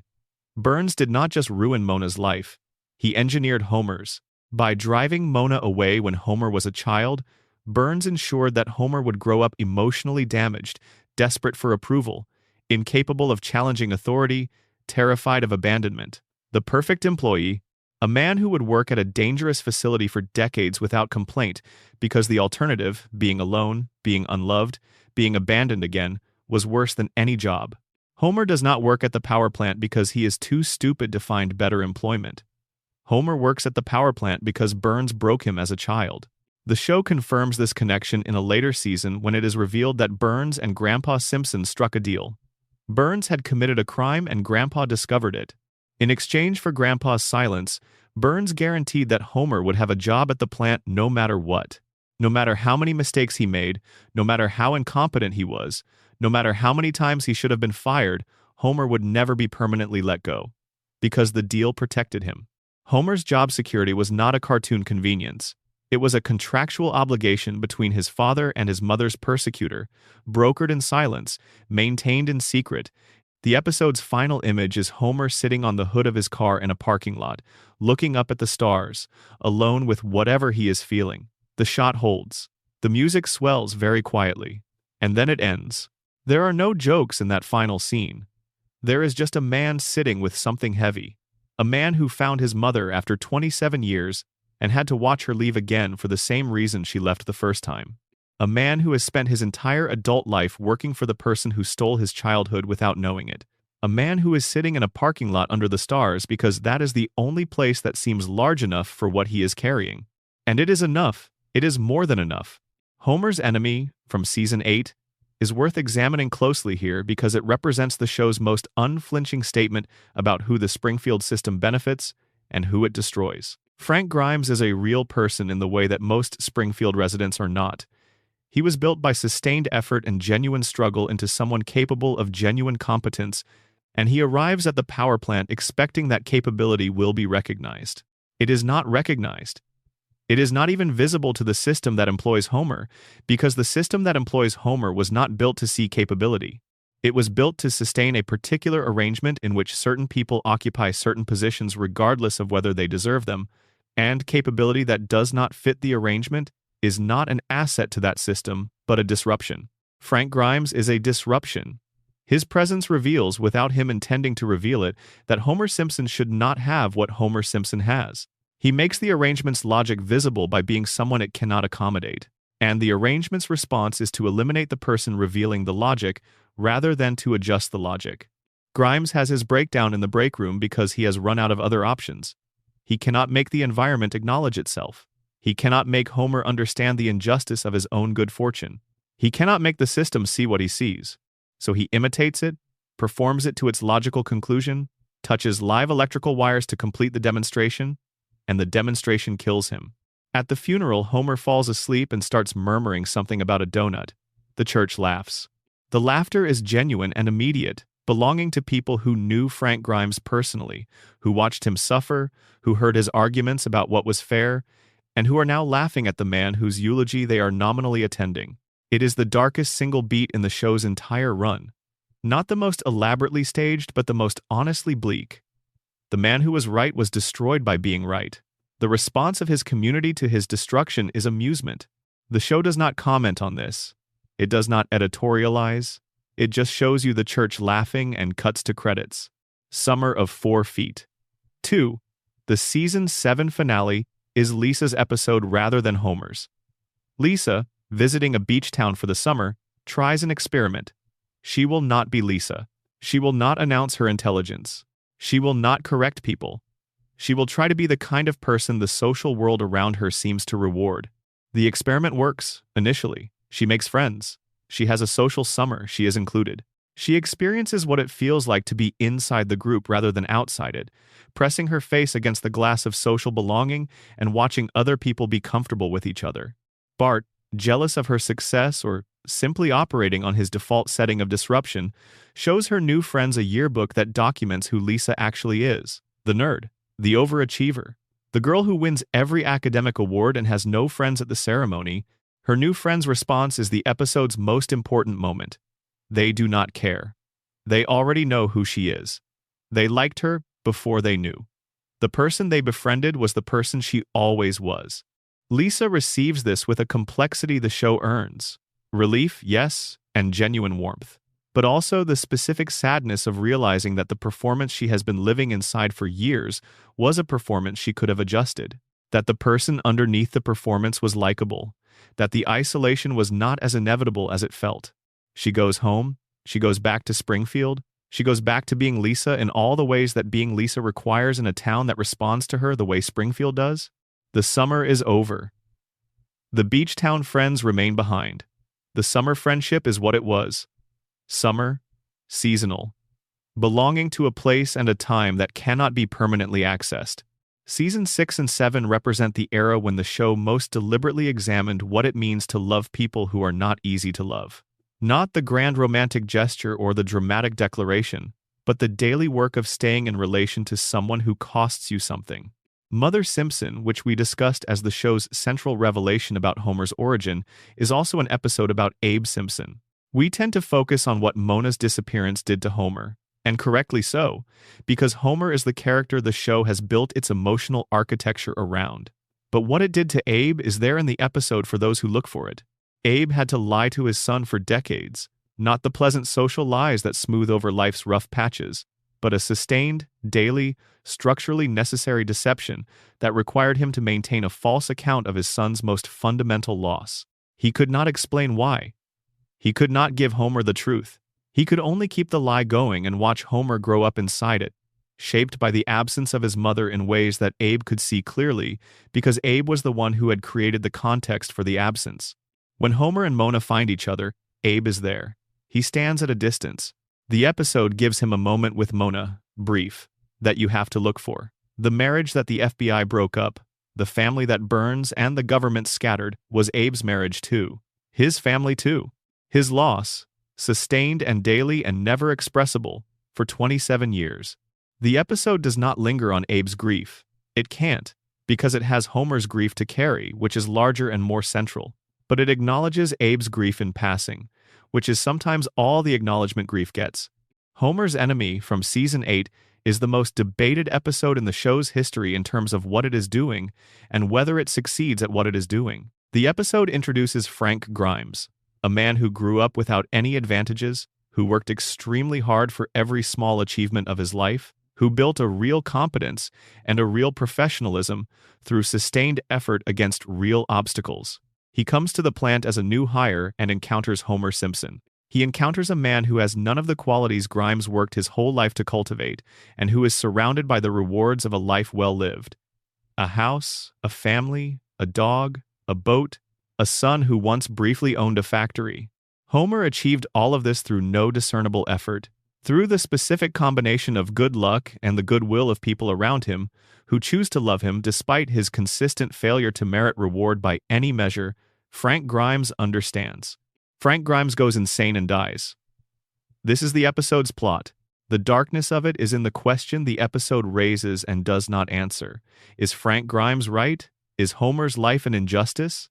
Is the ease with which Homer moves through a world that should have consequences for the way he behaves a genuine moral problem? Or is Frank Grimes the problem? A man so brittle inside his own sense of deserved reward that he cannot absorb the evidence that the world does not operate on merit. The answer is probably both, and the episode does not flinch from the both of it. Frank Grimes is right that Homer's life makes no sense by any rational accounting of effort and outcome. Homer is also genuinely lovable in a way that Frank cannot be, because Frank's entire sense of self is organized around a transaction with the universe that the universe keeps failing to honor, and that transactional bitterness makes it impossible for Frank to receive the kind of warmth that Homer attracts without effort. Homer is not good at his job. He is very good at being loved. These are different skills, and the show has spent 8 seasons demonstrating that, in the specific economy of the Simpson household and the town around it, being loved is the more useful of the two. Frank Grimes did not know how to be loved. He only knew how to be competent. Springfield has no use for pure competence without the surrounding warmth of human connection. El viaje misterioso de nuestro Homer, from Season 8, is the episode where Homer eats an extremely hot chili pepper at the Springfield Chili Cook-Off, has a psychedelic vision quest facilitated by a spirit guide coyote, voiced by Johnny Cash, and discovers through the vision that his soulmate might not be Marge. The episode is played for comedy and genuine comedy is produced, but the vision quest is sincere about what it is exploring. The specific loneliness that can exist even inside a marriage, the experience of being with the person who loves you and still feeling not quite known, not quite understood, not quite met in the deepest version of yourself that you carry around and rarely show anyone. Homer reaches for something in the vision and finds the coyote's message. His soulmate might be someone he has not yet recognized. He pursues this possibility through Springfield and eventually finds it. It is Marge. The person he was already with is the person he was looking for. But the journey to that discovery is honest about the feeling that prompted the search. Homer was lonely inside his marriage. Not because Marge does not love him, but because being loved by someone and being fully seen by them are two different things, and one does not automatically produce the other. He wanted to be with someone who understood him at some level he had not found a name for. He finds that Marge is that person when he looks at her clearly enough to see it. The work the episode does is in the looking, in showing that the clarity required to see the soulmate you already have is not less real than the clarity required to find a new one. Hurricane Nettie from Season 8 is the episode we have discussed in the context of what Ned Flanders is made of. But it is also an episode about the relationship between suffering and faith in a world where God appears, canonically, to Homer Simpson, but not to Ned. Ned loses his house in a hurricane.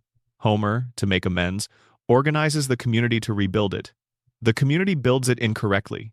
It falls down immediately. Ned, who has absorbed one loss and tried to absorb a second one, and now faces the collapse of the replacement, cracks. He says everything he has been holding inside. He has a complete breakdown in front of everyone. He is institutionalized. He recovers through a process that the episode handles with genuine care rather than mockery.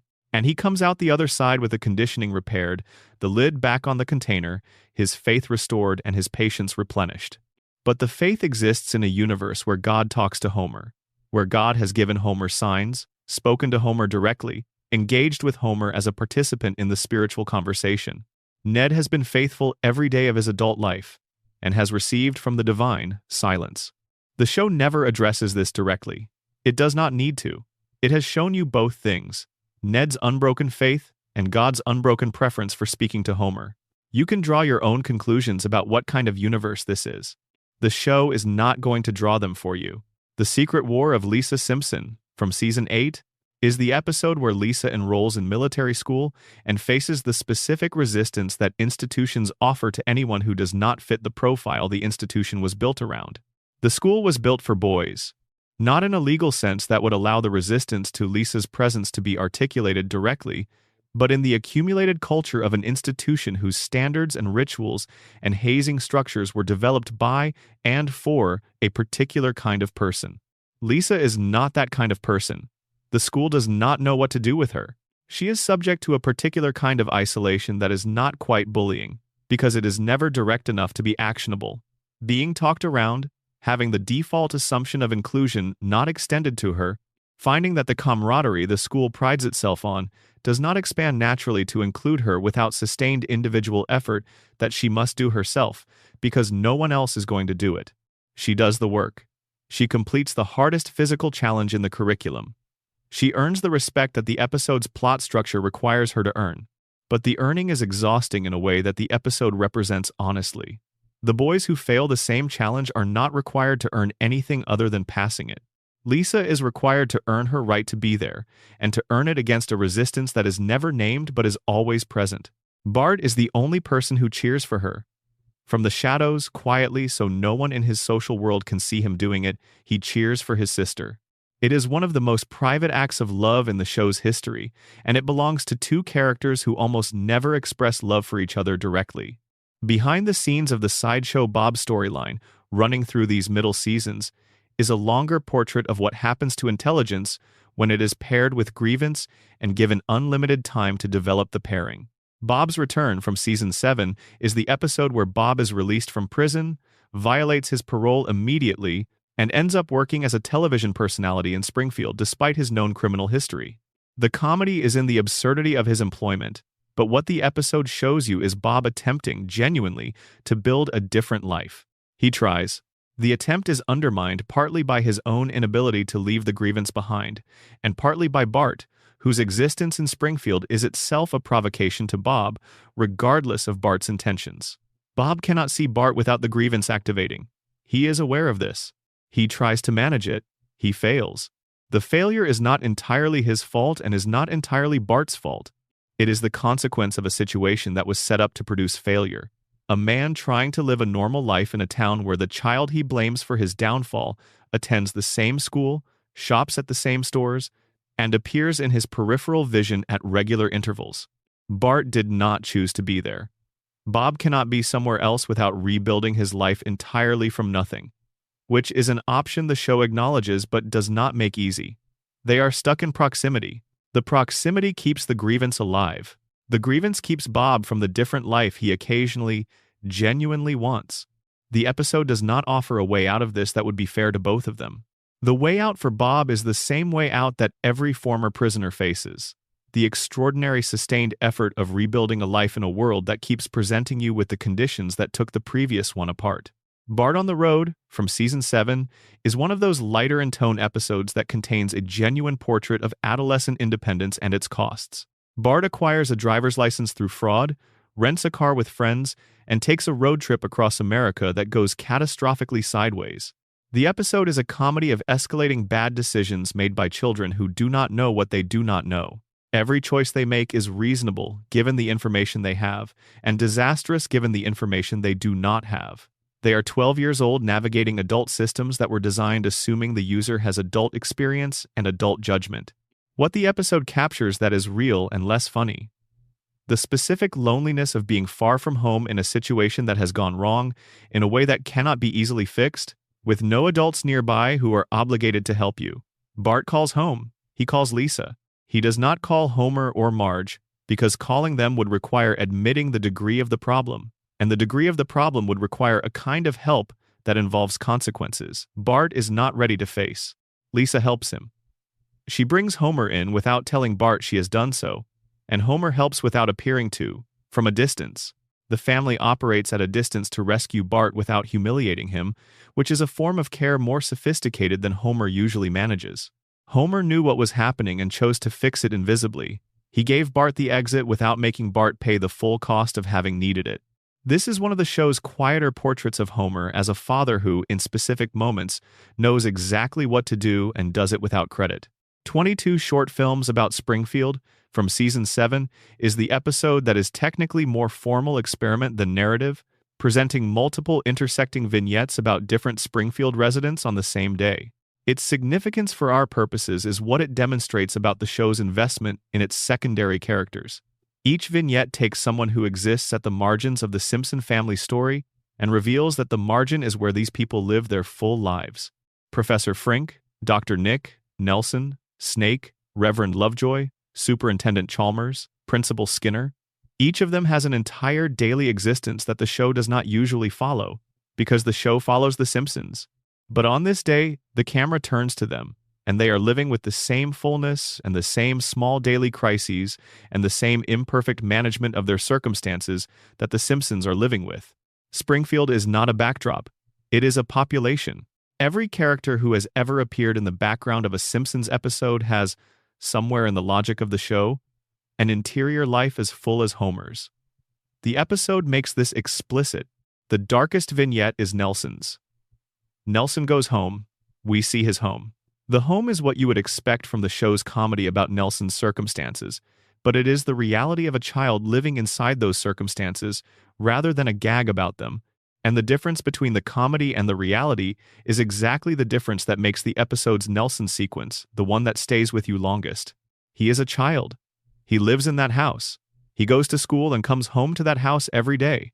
The laughter is always a little uncomfortable when Nelson's home comes up, because it is a real situation placed inside a comedy frame, and the frame and the situation do not always fit. Number Section 5, Seasons 8 and 9 Isolation. And what it costs?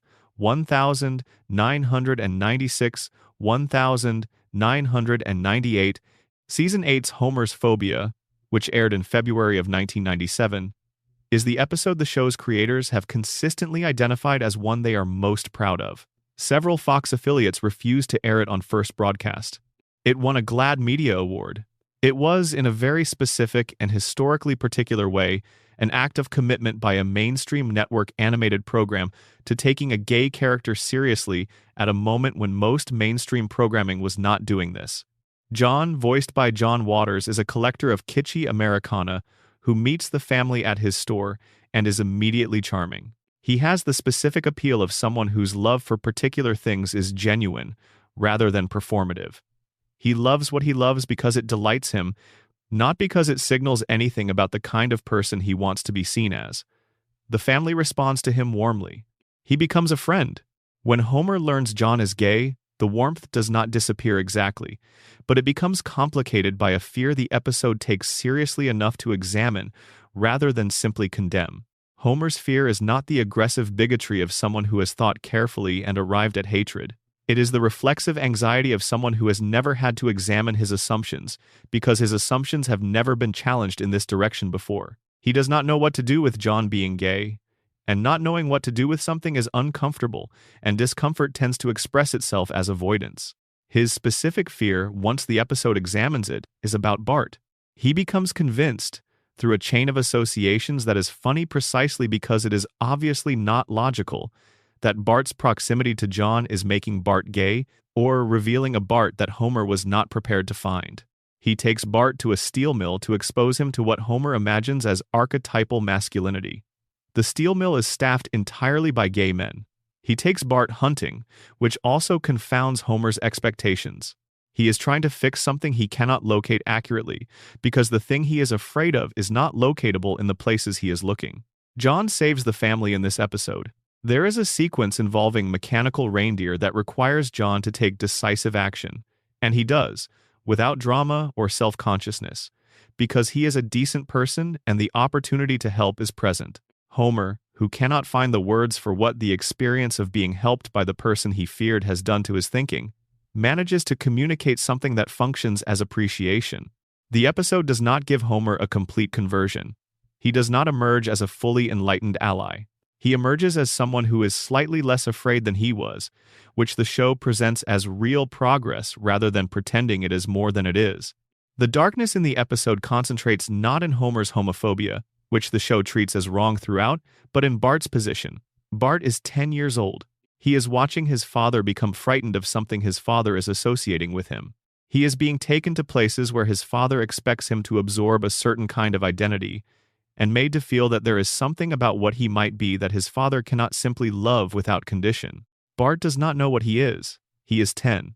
The question is not even fully formed yet, and his father is already processing anxiety about the answer. That anxiety reaches Bart even when Homer is not saying the quiet part out loud, because children are excellent at receiving what adults broadcast without intending to. The Secret War of Lisa Simpson, the Season 8 finale, is the episode that gives the season its fullest expression. Lisa applies to attend a military academy with Bart, and the episode follows what happens when a girl enters an environment that was built by men for men, and that has made its distaste for her presence known without ever stating it directly. The academy does not formally reject Lisa. It admits her. The official channels produce the official result that a sufficiently motivated person with Lisa's qualifications should expect. What the unofficial channels produce is something different. The accumulated weight of a community that has not decided to welcome her, expressed through every small social exclusion that does not rise to the level of a formal complaint. She is quartered separately. The other cadets do not include her in the informal life of the school. They just do not reach across the gap between the space she occupies and the space they occupy, and the gap widens from neglect rather than from deliberate hostility. The rope climb is the episode's central image. It is a physical test that the other cadets have been preparing for together, training together, pushing each other through together. Lisa has been training alone. The challenge of the rope represents something larger than a rope. The question of whether she can succeed in this environment without the network of informal support that everyone else took for granted. Bart trains her. He does this at night, alone, without telling her he is going to do it before he shows up. He does it repeatedly, in the dark, without witnesses. He does not reframe his relationship with his sister around this moment. He does not announce that he has discovered a new appreciation for her. He just shows up and helps. She completes the rope on graduation day. She makes it to the top, alone, in front of the assembled cadets and parents, her face showing the specific concentration of someone executing something they have practiced until the practice is in their muscles. The episode's darkness is not in the outcome, which is triumphant. It is in the price of the triumph. The entire season of isolation that made the moment necessary. The training in the dark that should not have been necessary. The environment that required extraordinary effort from Lisa to simply complete what the other cadets accomplished through the ordinary operation of belonging to the institution.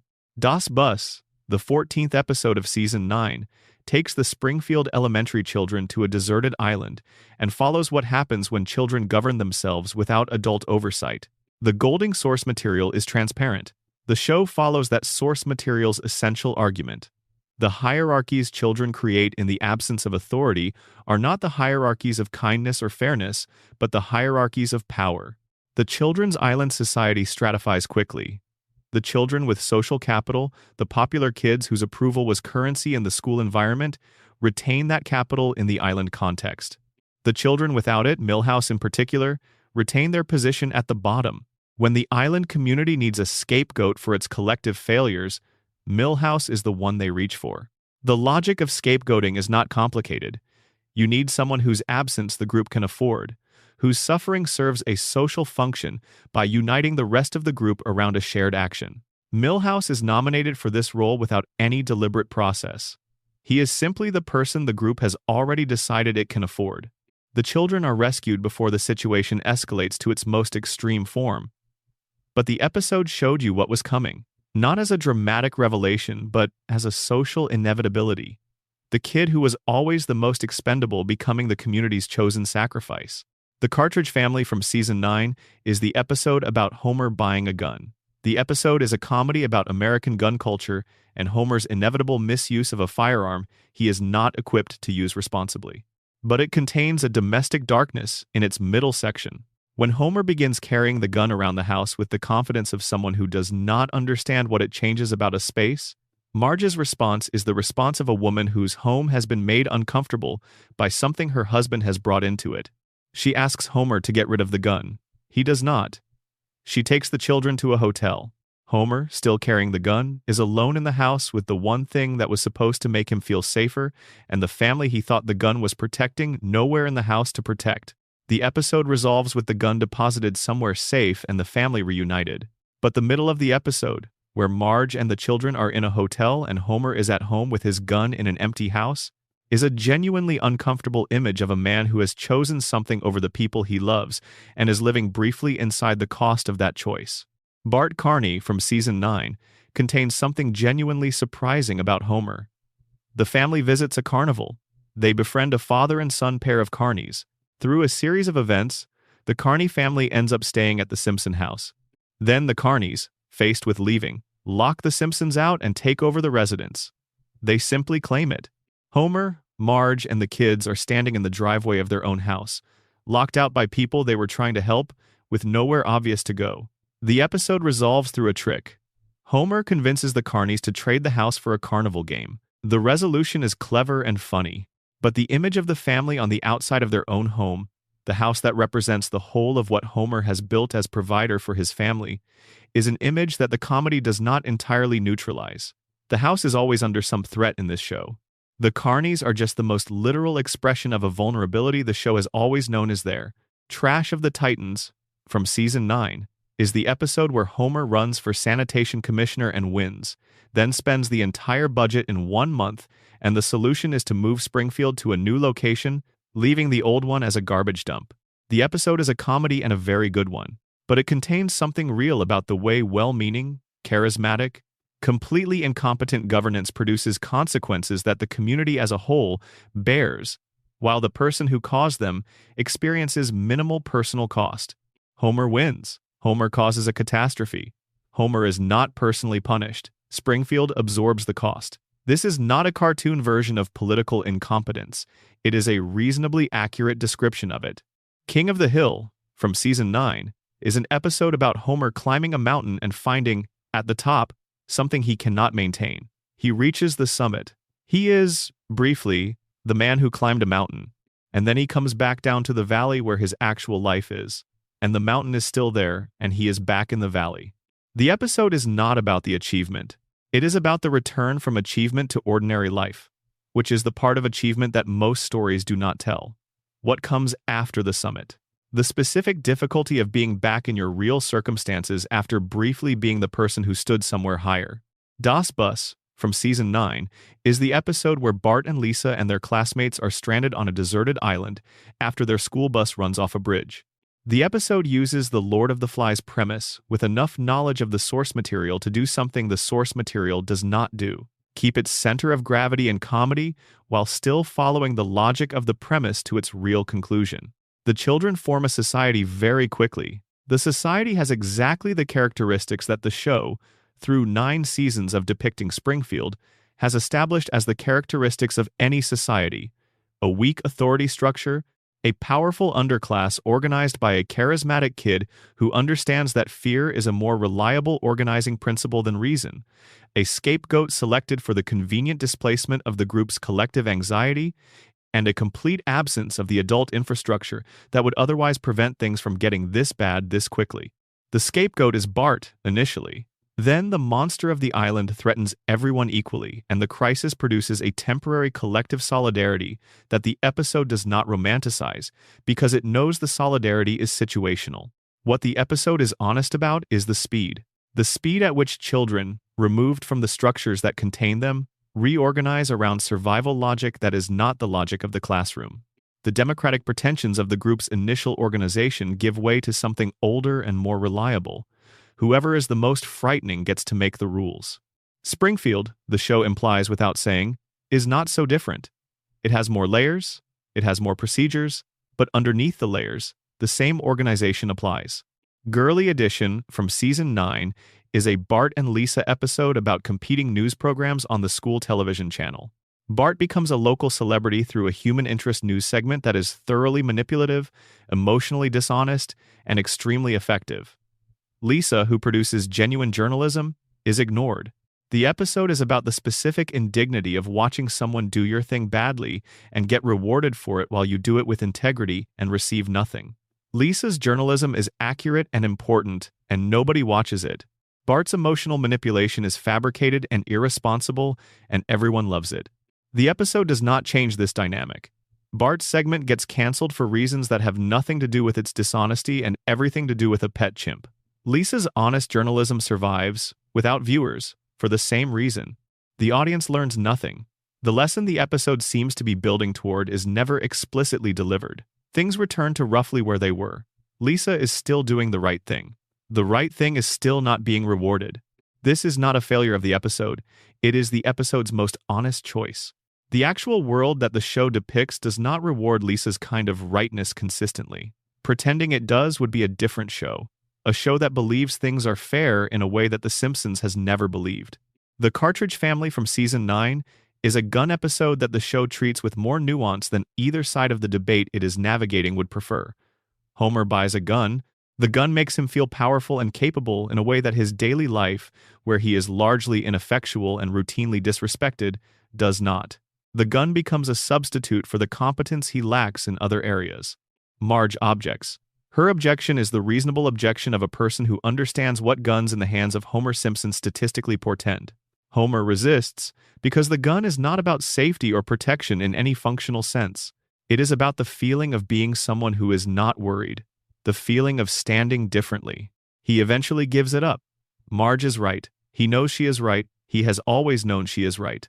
But the episode sits honestly with the feeling the gun gave him before the giving up, and it does not pretend the feeling was nothing. The feeling was real. The feeling was the problem. The gun was just the most recent form of the problem. The Wizard of Evergreen Terrace, from Season 10, is the episode where Homer decides he has wasted his life. He calculates the age by which Thomas Edison had achieved his most significant accomplishments and realizes he has passed that age without accomplishing anything. He panics. He tries to invent things. He fails at inventing things. He discovers that one of his ideas resembles something Edison was working on and decides that erasing Edison's discovery and replacing it with his own will constitute real achievement. The episode is a comedy about the gap between ambition and execution, which is something Homer rarely allows himself to feel, because allowing yourself to feel the gap requires acknowledging that there is a gap. Homer keeps the gap out of view through the specific cognitive protection that works for him. Not examining it too closely, staying busy with the small pleasures that are available, letting the next meal or the next television program fill the space where ambition would otherwise create discomfort. When he examines the gap directly, in this episode, what he finds is that it is very large, that there is an enormous distance between the person Homer sometimes imagines he could be and the person Homer has become. The episode does not conclude that Homer could have been Edison with different circumstances. It concludes that Homer loves his family, and that his family is not nothing, and that it might have to be enough. He destroys the evidence of his improvement to Edison's design. He goes home. The gap is still there. He has decided not to look at it. Viva Ned Flanders from Season 10 is the episode where Ned, who has not been living, joins Homer in Las Vegas for an experience of the kind of spontaneous, unplanned, consequence-free life that Ned's structure has never permitted. Ned is good at being scheduled. He is good at knowing what comes next and executing it properly. He is not good at whatever happens when there is no schedule and no proper execution, and the only available operating principle is what feels right in the moment. What happens in Las Vegas when Ned tries to operate this way is that he and Homer both wake up married to strangers. The episode handles the aftermath as comedy, but the middle section, where Ned tastes freedom from structure and finds it neither as exciting as he hoped nor as safe as his ordinary life, is honest about what Ned has been protecting himself from all this time. He has been protecting himself from his own capacity for bad choices. The structure is not arbitrary. It is functional. It is doing a real job. The episode lets Ned briefly stop doing the job and then shows you what happens when he does, and what happens is not what he wanted freedom to produce. It is just a different set of problems, unmediated by the habits that usually contain them. Home to Roost, and the longer arc of what the show does with the Lovejoys through seasons 9 and 10, contains a quiet examination of institutional religion in a community that needs it for the wrong reasons. Reverend Lovejoy has stopped caring about his congregation's spiritual health with any specificity. He delivers sermons, he performs the rituals, he does the job in the sense that the job gets done. But the sustained, personal, available pastoral care that a congregation actually needs from its minister is something that Ned Flanders' constant calls about relatively minor spiritual problems have, over years, completely exhausted Lovejoy's capacity for. He is burned out. He is burned out specifically by the most devout member of his congregation. Ned's need, expressed through daily calls about whether activities on Sunday afternoons constitute Sabbath violations, has used up Lovejoy's reserves of pastoral energy until there is nothing left for anyone else. The episode that makes this explicit is Alone Again Natura Diddly, which belongs to a later season and which we will discuss there. But the groundwork is being laid through these middle seasons. Lovejoy and Ned are a portrait of what happens when one person's overflow of need encounters another person's limited capacity for absorbing it, and how the person with the overflow is always at least partly responsible for what the overflow costs the person it drowns. Marge Simpson in Screaming Yellow Honkers from Season 10 is the episode where Marge gets a large, aggressive vehicle and discovers that operating it activates something in her that ordinary daily life does not. A tendency toward aggression, toward assertion, toward claiming space in a world that has not consistently made space for her. She gets into a pattern of road rage that the episode treats as comic, and that is comic, but which also reveals something about the accumulated pressure of a life organized primarily around other people's needs. She is not a person who does not have needs. She is a person who has very effectively suppressed the expression of needs in favor of a domestic arrangement that requires her to be the stable center of a household built around people who are not stable. The road and the big vehicle give her a space where the suppression can briefly fail without consequence, where she can be unreasonable and nobody she is responsible for will be harmed. The episode corrects her. It has to, because the show requires Marge to be Marge and Marge is patient. She returns to patience. The vehicle goes away, the temporary decompression ends, and the structure reasserts itself. But the episode saw her, briefly, before she reasserted the structure, and what it saw was real. The Simpsons have always had an ambivalent relationship with the concept of success, and the episodes in seasons 9 and 10 explore this ambivalence more directly than the earlier seasons did. Success, when it comes to any Simpson, tends to either arrive from an unexpected direction, or to be revealed as insufficient, or to be taken away before it can fully settle in. This is not a pessimistic stance exactly. It is an honest one. The show was built on the premise of a family that is not winning at the game that the culture around it is trying to win. Homer has a job and a house and a family and is technically a homeowner and a taxpayer and a member of the community, but none of the markers of success that organize the show's cultural context were arrived at through ambition or sustained effort. He is there because he is there, because Marge chose him, because the job was available and he took it, because the house was affordable and they bought it. The success is real, but it is ambient, accumulated without intention, which makes it feel to Homer somewhat illegitimate even when it is functioning. The episodes in this era that most directly examine this: The Simpsons spin-off showcase from Season 8, which exposes the machinery behind the show's own commercial existence, the Itchy and Scratchy and Poochie show from Season 8, which is about what happens to a successful thing when the people responsible for it try to fix it by making it more of itself, and The Homer They Fall from Season 8, which is the boxing episode. The Homer They Fall deserves more attention than it gets in discussions of the show's darker episodes. Homer enters boxing, accidentally, through a series of events that expose his unusual ability to absorb punishment without serious damage. He cannot fight. He cannot punch. But he can be hit repeatedly and hard, and keep standing up, and this turns out to be a competitive advantage in the boxing economy of Springfield. His manager, Lucius Sweet, is not in this relationship for Homer's benefit. He is in it because Homer's ability to absorb punishment is commercially exploitable, and exploiting it means putting Homer in the ring with Dredrick Tatum, whose punches will eventually do damage that Homer's biology cannot absorb without consequence. Marge stops the fight. She pulls Homer out before Tatum can do the damage that would make the fight commercially memorable, but would do something permanent to Homer's brain. She prioritizes his actual physical continuity over the commercial transaction that his manager has organized his biology around. Homer is not embarrassed by this. He is slightly disappointed, in the way of someone who was enjoying the attention and the novelty of being in a position where his specific trait, his ability to be hit without falling down, was being valued rather than ignored. But he goes home. The episode is an examination of what it looks like when the thing that makes you unusual is the thing that a predatory structure finds commercially useful.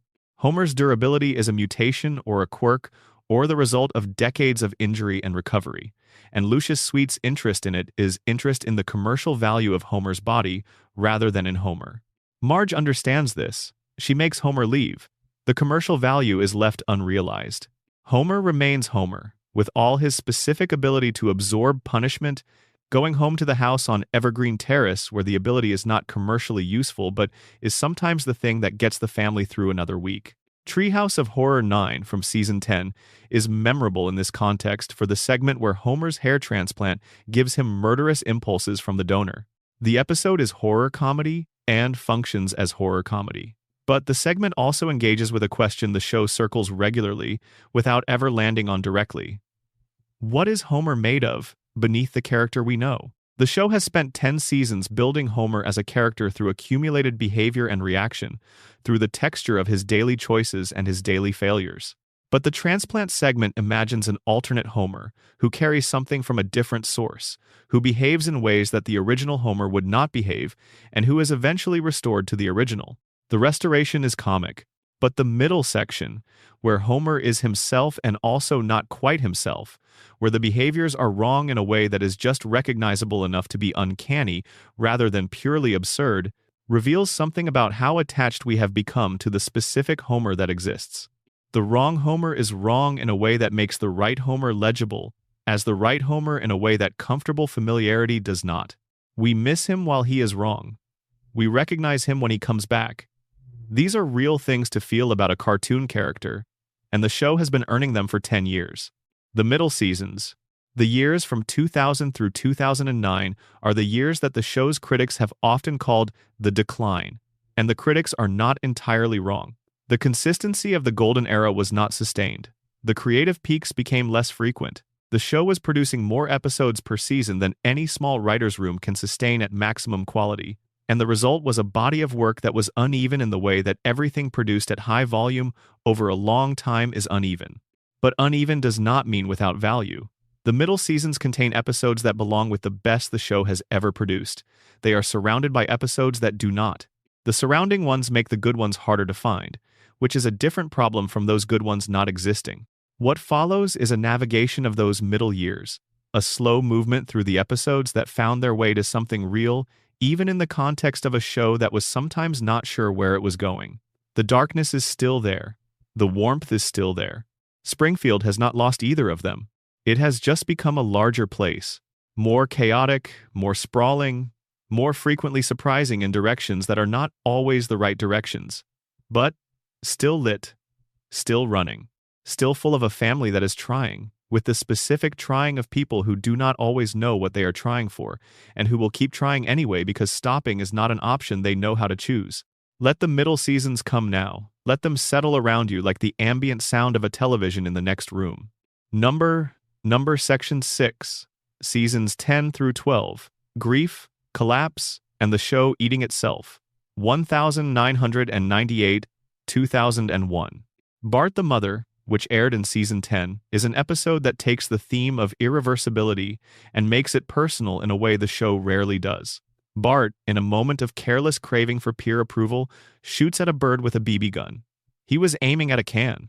The bird is struck. The bird does not survive.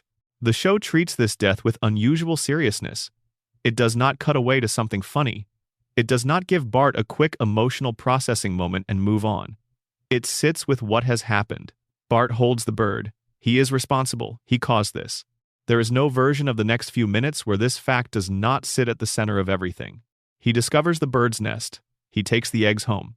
He keeps them warm with the specific, desperate attentiveness of someone trying to repair an irreversible thing through the only gesture available, caring for what is left of the thing they destroyed.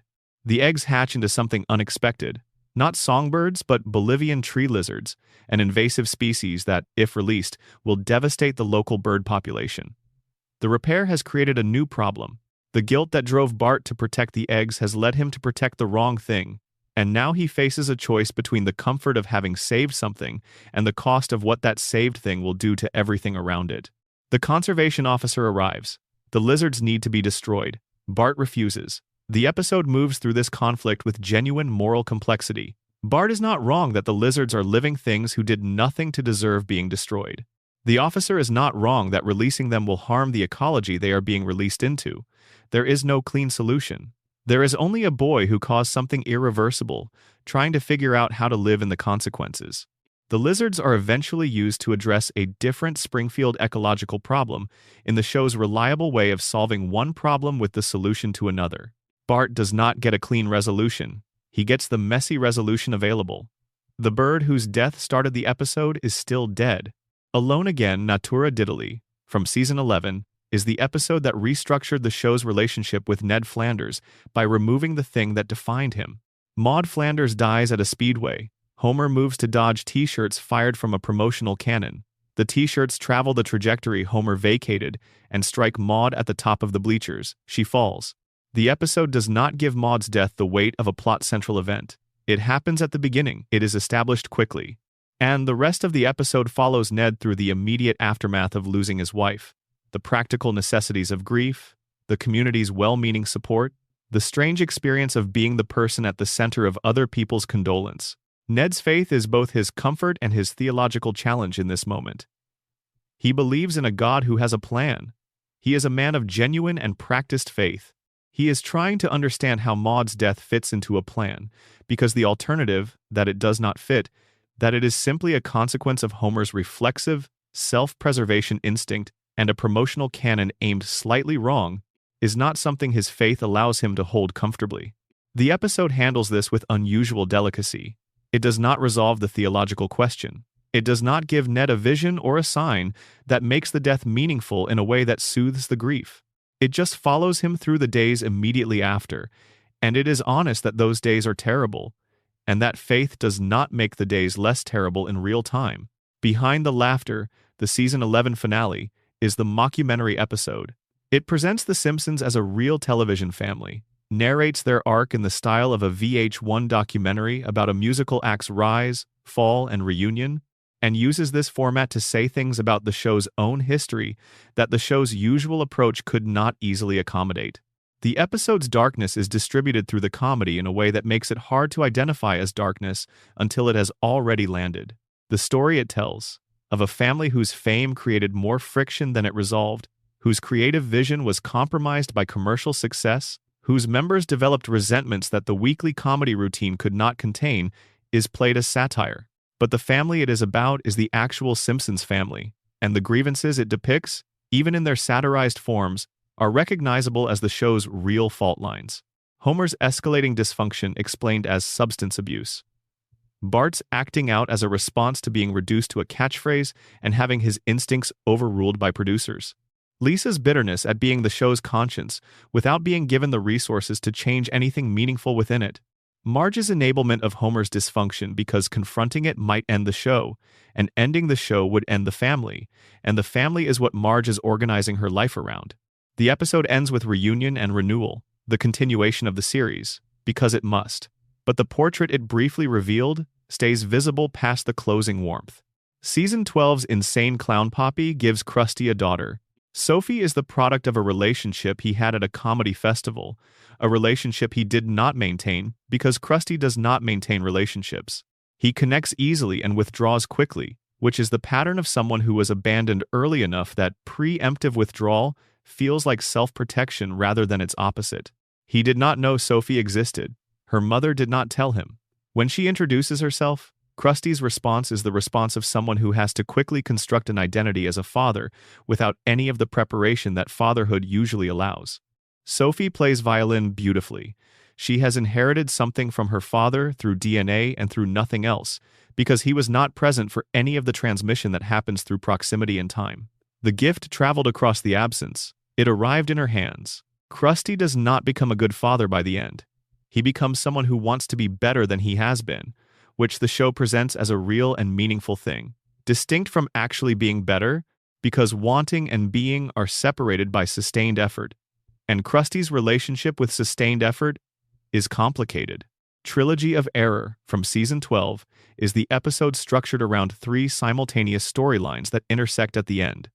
The episode is a formal experiment and a successful one.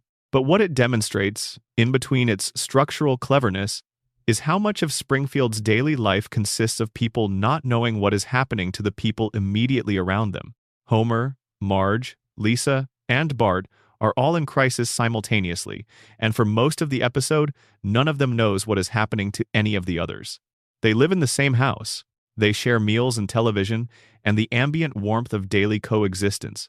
And the crises of a single Tuesday, separately experienced, are completely invisible to each other until the plot requires them to intersect. That is something real. That is the way families work most of the time, in parallel, rather than together, with each person managing their own version of the day while the others manage theirs, and the shared life existing in the spaces between rather than at the center of anyone's attention. Homer versus Patty and Selma from Season 6 is worth revisiting in this context. Homer, in serious financial trouble, is forced to borrow money from Marge's sisters, which places him in a position of dependency on 2 people who have never respected him and have always made their lack of respect abundantly clear. The episode is a comedy about pride and humiliation and the specific difficulty of accepting help from people who do not like you. But it contains something real about what it feels like to need help and to have the only help available come from a source that cannot offer that help without reminding you, in the giving of it, that they always knew you would end up needing it. Homer endures this with more dignity than he is usually capable of, and the episode's dark note is in how much it costs him, not the money, which eventually resolves, but the sustained experience of being in debt to people who have always found him inadequate and who are now, through the mechanism of his need, entirely correct. Homie the Clown from Season 6 is an episode about Homer becoming a Krusty impersonator and then being mistaken by the mob for the actual Krusty, who owes the mob a great deal of money. The episode is a comedy and a very funny one, but it uses Krusty's relationship with debt and with dangerous people as a backdrop that reveals something about who Krusty actually is. A man who has spent decades generating enough goodwill through performance to paper over every other failure, and who is always one bad season away from the consequences catching up. The mob that is after Krusty is not metaphorical. The debts are real, the danger is real, and Krusty's solution, as usual, is to perform his way out of it, to generate enough charm and spectacle that the people who want to harm him are distracted long enough for him to escape. It works. It always works, until the day it does not. That day is not depicted in the series, but the episode makes you aware that it is coming, and that the gap between Krusty's public life and his private one is sustained by performance rather than by anything more durable. Bart the Mother, from Season 10, is the episode where Bart accidentally shoots a bird with a BB gun and, consumed by guilt, decides to care for the bird's eggs until they hatch. The episode turns on what hatches. Lizards, not birds. The lizards are an invasive species that eat birds. Bart's act of guilt-driven nurturing produces something that threatens the thing he was trying to protect. He meant to restore what he had taken. He produced a new problem. The show resolves this by establishing that the lizards eat a different pest, making them useful to the ecosystem in a way nobody expected. Bart's mistake turns into an accidental benefit through a chain of consequences nobody planned. The show does this with an affection for Bart's intentions, even when his intentions produce bad outcomes, and the affection is earned because the intention was pure. He was trying to make right what he made wrong. The making right went sideways. It still mattered that he tried. Behind the Laughter, the Season 11 finale, is the episode that frames the Simpsons as a real family who starred in a television show about themselves. The mockumentary format allows the show to address its own history, its own creative peaks and commercial compromises, its own tensions and resentments and near endings, with a comic distance that makes the real stuff legible. Homer and Marge's accounts of their marriage during the show's run contradict each other in ways that are played for laughs, but that also reveal something true. Two people who have been through the same things remember them differently, and the marriage they each describe is not entirely the same marriage. They were both there. They experienced it differently. But the versions are true in the way that subjective truth is true, which is to say genuinely but incompletely. The episode was originally produced with the family described as being from northern Kentucky. When it went into syndication, the location was changed to a different state. The episode about the show being a real thing is itself subject to the show's most fundamental unreality. Springfield has no location and cannot be located, and any answer you get about its location will be changed later. Even the meta-episode about Springfield's real family obeys Springfield's most basic rule. Nothing is fixed. Everything can be revised. The truth that was true in the original broadcast is a different truth in the rerun. Insane Clown Poppy, from Season 12, is the Krusty paternity episode we discussed, but it also belongs to a larger pattern in Season 12 of the show, examining what fathers leave behind when they are absent for years and then try to return.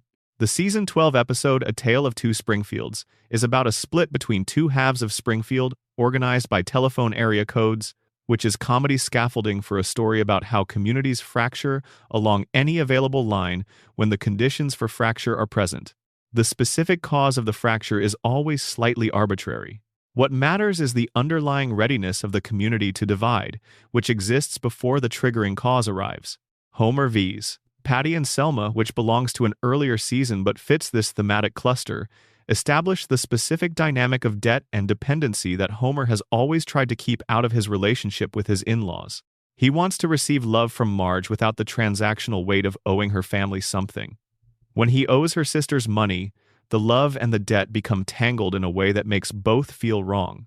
The episode's honest conclusion is that the debt gets repaid and the dynamic returns to its ordinary configuration. But what Homer learned about what it costs him to be in debt to people who already do not respect him fully is knowledge he carries forward, even if the show does not always remember he has it. Homer, from Season 12, is the episode where Homer's IQ is revealed to be linked to a crayon lodged in his nasal cavity since childhood. The crayon is removed. Homer becomes intelligent. He sees the world clearly for the first time. He understands his children, his wife, the structure of the life he has been living, with a precision that his previous cognition did not allow. He is miserable. Not because intelligence is bad, but because intelligence in Homer's situation, with Homer's relationships and Homer's position in Springfield, reveals things that are easier to live with when they are not fully visible. He can see how Marge accommodates his limitations. He can see what his relationship with his daughter actually is and what it is not. He can see what the plant is and what Burns is and what he has been doing and not doing for his entire adult career. The clarity is unbearable. He has the crayon reinserted. He chooses the fog. The show presents this as a choice he makes freely and without coercion, which is technically true. He chose to go back.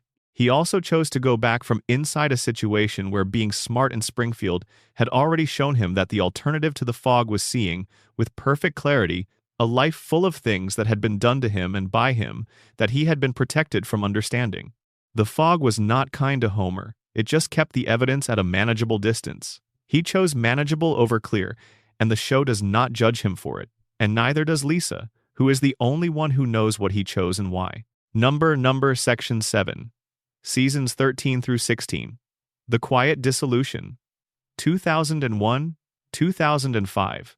There is a particular kind of marital darkness that does not arrive in a single moment but accumulates across years like sediment, a slow deposit of small distances, of unresolved misunderstandings, of conversations that were had imprecisely and left imprecise. The darkness not of crisis but of gradual dimming. The warmth that used to be reliable, becoming slightly less so. The connection that used to feel automatic, requiring a little more effort. The effort that was supposed to be temporary, becoming the permanent condition. The Simpsons has always had this thread running through Homer and Marge's marriage. The seasons from 13 through 16 represent a period when the show kept returning to this thread with an unusual frequency, as if the writers had noticed something they could not stop looking at. The Dad Who Knew Too Little from season 14 is the episode that isolates one specific failure of Homer's relationship with his children. He does not know his daughter. The specific, substantive, detailed knowledge of who Lisa is, her current interests, her real opinions, the names of her friends, what she finds funny, what frightens her, what she is working through in the ongoing project of being Lisa Simpson in Springfield in this particular year of her life. He does not know any of this. He has been in the same house as her for her entire existence, sharing meals and television and family occasions, and he does not know who is sitting next to him at the dinner table. His solution, when he becomes aware of the gap, is to hire a private investigator. He commissions a dossier on his own daughter rather than simply sitting down and asking her questions and listening to the answers. The dossier is wrong. The investigator gathers information on a different Lisa. Homer receives a detailed file on a stranger and attempts to use it as the basis for a relationship with his actual daughter. Everything he says to Lisa, based on the research, is wrong. She knows the file is wrong. She knows he hired someone to learn about her rather than asking her. The combination of the gesture, wanting to know her, and the execution, not being willing to simply ask, is a particularly Homer kind of failure. He wanted the right thing. He arrived via the wrong route. The destination and the route cannot be separated. The resolution moves toward connection, as it must. Homer learns some real things about Lisa. The gap is acknowledged rather than crossed. But the episode's honest dark note is in what the gesture of hiring the investigator revealed.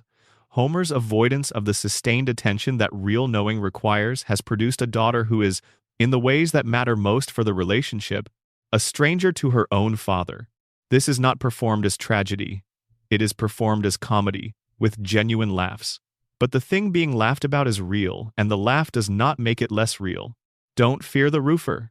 From season 16. Subjects Homer to institutional gaslighting.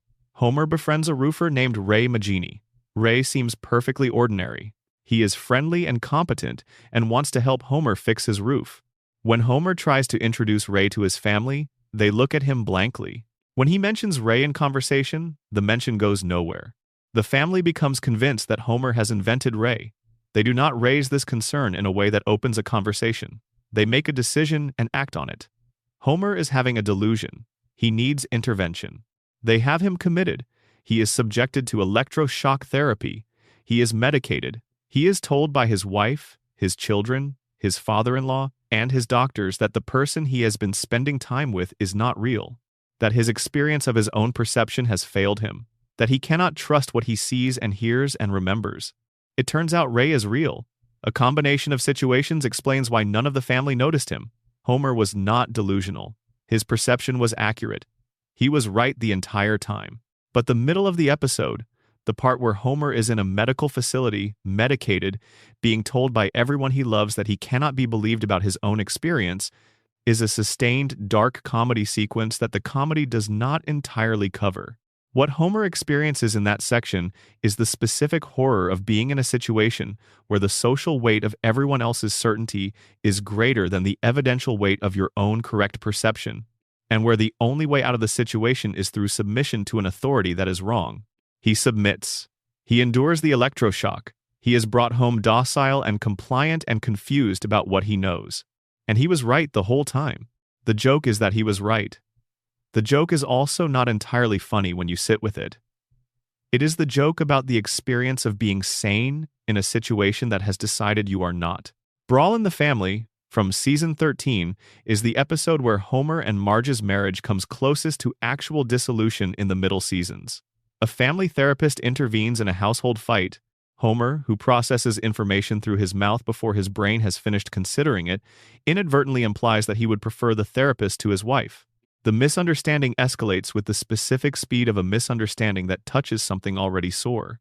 Marge is hurt in a way the episode treats seriously, not as a misunderstanding to be corrected, but as evidence of a pattern she has been living in and has not fully allowed herself to name. Homer did not mean what it sounded like, he said. He also said it from somewhere real, from some reservoir of discomfort with the marriage that the words, meant incorrectly, partially revealed. The misunderstanding contained something accurate even while being wrong. The show resolves the situation. Homer and Marge reconcile. The marriage is restored to its operating condition. But the episode showed you exactly where the fault lines run, and exactly how quickly those fault lines can become a break if the wrong thing happens in the wrong moment with the wrong words. Barting Over, from season 14, is an episode where Bart discovers that Homer signed away his residuals from a commercial he made as a baby. Bart used this money, which he never knew about, as a nest egg that could have been his. Homer spent it on a bowling ball. The argument that the money was spent when Bart was too young to know about it, and therefore the spending does not constitute a wrong, is exactly the argument Homer makes. The argument that the money was Bart's regardless, and that its spending constituted a wrong regardless of timing, is exactly the argument Bart makes. Both arguments are coherent. The show does not entirely resolve which one is right. Homer apologizes. Bart accepts the apology. The specific wrong is acknowledged without being undone, because it cannot be undone. The money is gone. The money was spent on a bowling ball, which is such a perfectly Homer outcome that it functions as both punchline and additional evidence for Bart's case. Marge versus singles, seniors, childless couples and teens, and gays, from season 15, is an episode about Marge organizing a cultural resistance movement to media and entertainment oriented toward people who do not have children. The episode is played as comedy and generates real comedy, but it contains something real about the specific isolation of parenthood in a society that has made having children optional in a way it was not for previous generations. What makes the episode's middle section dark is not Marge's campaign, but what her campaign reveals about her, that she is insecure about the choice she made, or that she at least feels the need to defend it against a world that treats it as one option among many. She organized her life around this. She kept doing it when Homer's employment was uncertain, and when the family's finances were stretched, and when her own aspirations as a painter or a businesswoman were set aside for years. She kept choosing the family, and now the world around her is making clear that the choice was not inevitable, and that makes it feel, in some uncomfortable way, like a choice she has to keep defending rather than one she made and completed. The episode gives her a victory, small and temporary. The broader landscape does not change. She goes home. The Frying Game, from season 13, is an episode where Homer and Marge are accused of murder. The episode is a comedy mystery and resolves in a way that clears them. But its middle section, where Homer and Marge face the genuine possibility of prison for a crime they did not commit, contains something real about how quickly an ordinary life can become structurally exposed. One misunderstood situation. One sequence of events that looks like something it is not. One institutional assumption that, once made, requires extraordinary effort to undo. Homer and Marge are not equipped to fight this kind of institutional assumption. They do not have the resources or the connections or the specific kind of social capital that makes systems listen when you say you have been misunderstood. They have each other and the specific truth of what actually happened, which is not always enough, and which is often not enough for people in their position. They are cleared by a television crew who has been filming the whole thing as a reality show. They are cleared by entertainment, which is perhaps the most honest commentary on how justice works in a media-saturated environment that the show ever produced. The season 13 episode Half Decent Proposal takes Marge through one of the show's most serious explorations of what a different life might have looked like.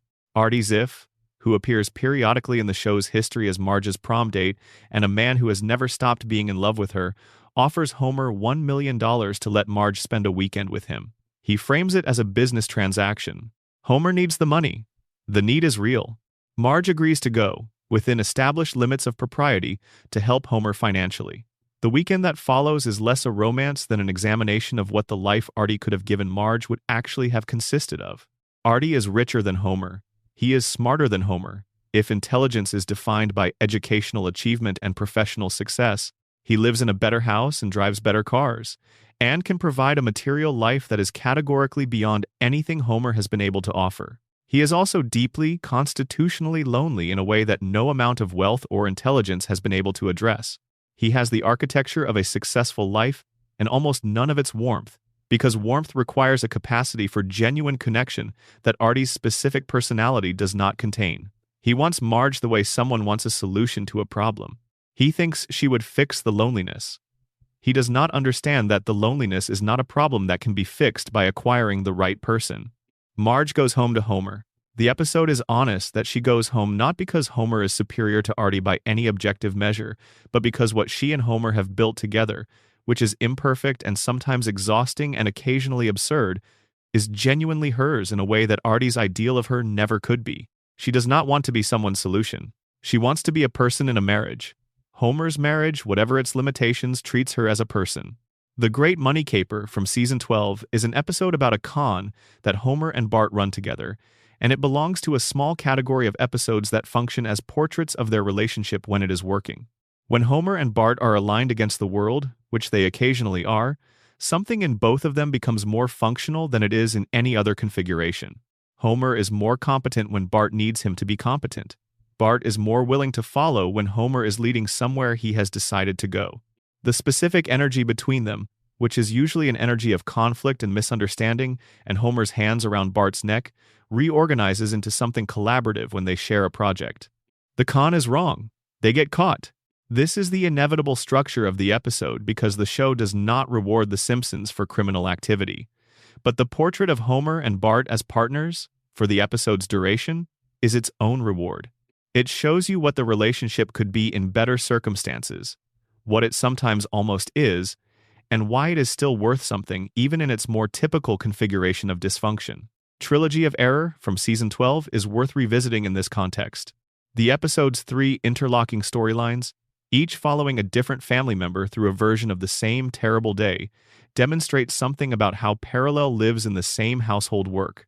They are all in the same crisis. They cannot see each other's version of the crisis. The resolution requires them to be in the same place at the same time, and the convergence is accidental rather than organized.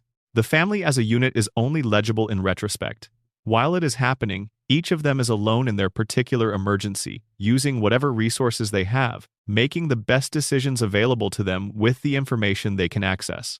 The family is not a coordinated organization. It is a collection of individuals who live together and love each other and are mostly navigating separately, which is, the episode implies, how most families work, not as a unit but as a proximity, not as a team but as a group of people who have agreed to share the kitchen and the couch and, on the occasions that the plot requires it, the consequences.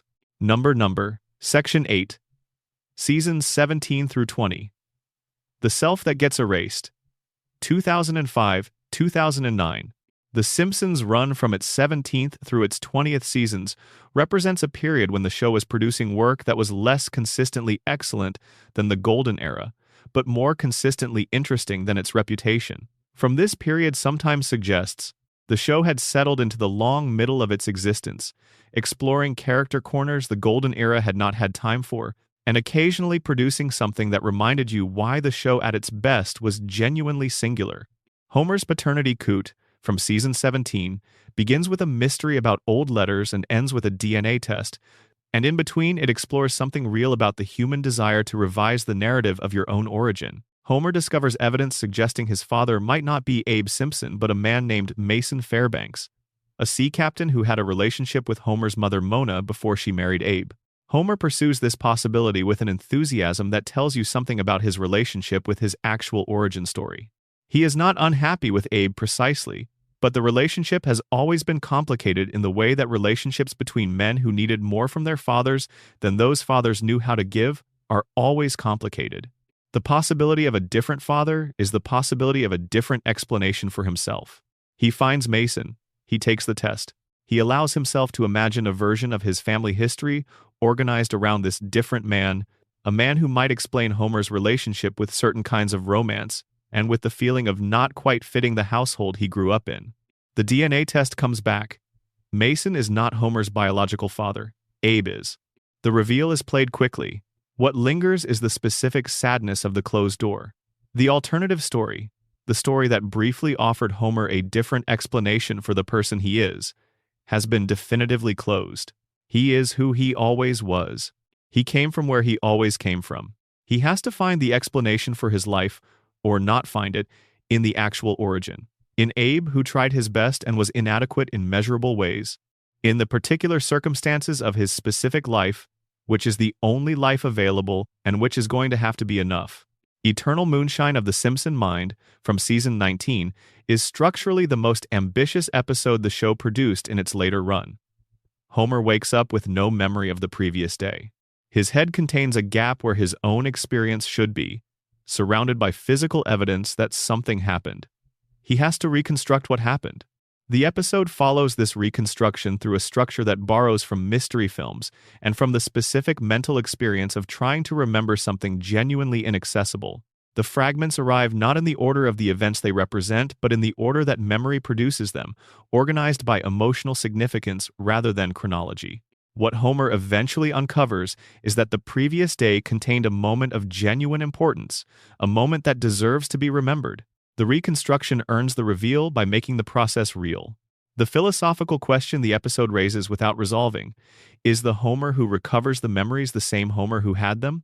The continuous narrative of self-consciousness has been interrupted. The day happened to one Homer. The recovered version is received by a Homer who was not there for it. The episode asks whether these two Homers are the same person through the mechanism of treating the question with complete seriousness while also being genuinely funny about it. My Pods and Boomsticks from season 20 is the episode about Homer's relationship with a Muslim family in Springfield. The episode moves through Springfield's escalating suspicion of the family, with Homer at the center of the escalation, because Homer is the character the show uses as its most reliable mirror for collective failures. Homer believes things about the family that are not true. He acts on those beliefs in ways that are harmful and humiliating to people who have given him no reason for this treatment. The family responds with a patience they are not obligated to have. The episode corrects Homer. The family is vindicated. Springfield moves on. The darkness is in the structural reality that the episode's correction does not address. The family spent the episode being subjected to suspicion and humiliation from their community, which is their community, the place they live and raise their children. They had to earn a presumption of innocence that should not have required earning. The next time someone like Homer decides they are suspicious, they will go through some version of this again. Father Knows Worst, from season 20, is about Homer trying to improve his children's social situations and making everything worse.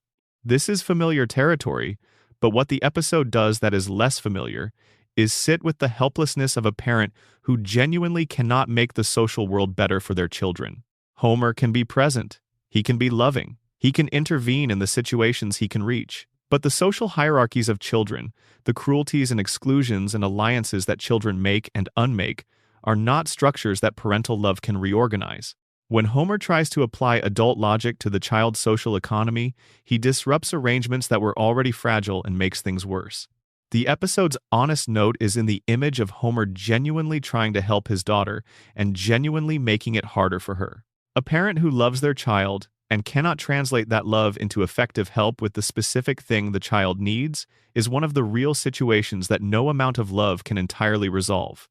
Homer vs. Dignity from Season 12 is an episode where Homer is paid by Burns to humiliate himself repeatedly in public.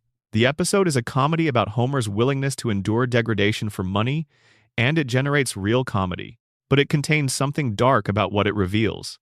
That Homer's self-worth, his sense of what he is owed as a person, has been so thoroughly eroded by years of working for someone who does not respect him that the boundary between acceptable and unacceptable treatment has become difficult for him to locate. Burns pays Homer to do humiliating things, and Homer does them because Homer needs the money, and because Homer has spent enough years being disrespected by Burns that a more formalized transaction does not feel categorically different from what already exists. The episode eventually gives Homer a moment of dignity, a moment where he refuses to go further even for the money. The line exists, he finds it. But the fact that he had to find it, that it was not where it should have been, is not a fact the episode makes disappear by having him find it. The Computer War Menace Shoes from Season 12 is an episode where Homer becomes an anonymous internet commentator who is so influential that a shadowy organization abducts him and imprisons him on an island. The episode is a parody of The Prisoner. It is a comedy. It is also an episode about what happens when anonymity gives someone the freedom to say true things they cannot say with their name attached, and what that says about the gap between the public and private versions of a person. Homer's anonymous commentary is accurate and effective. His named, identified public self is the version of Homer that Springfield tolerates: bumbling, harmless, the butt of jokes. The anonymous version is someone who pays attention and tells the truth about what he sees. The episode uses this gap for comedy, but the gap is real. Homer Simpson, who notices more than he is given credit for and who cannot express what he notices in the context of a world that has decided who he is, briefly finds a channel for the version of himself that the world cannot see. Then he is imprisoned on an island and the episode becomes a prisoner parody and the moment is over. 24 Minutes from Season 18 is a parody of the television program 24, following Bart and Lisa as counter-terrorism agents preventing a food fight at school. The episode is funny. It is also an episode about the absurdity of treating miniature stakes as if they were existential ones, and about the relationship between the performance of urgency and the actual urgency it represents. Springfield is a town that consistently treats local matters with the register of international catastrophe. The food fight is handled with the gravity of a nuclear threat. The Springfield of the show has always operated this way. Every inconvenience experienced as an emergency, every disagreement experienced as a war. The town does not have calibrated emotional responses. It escalates immediately to maximum.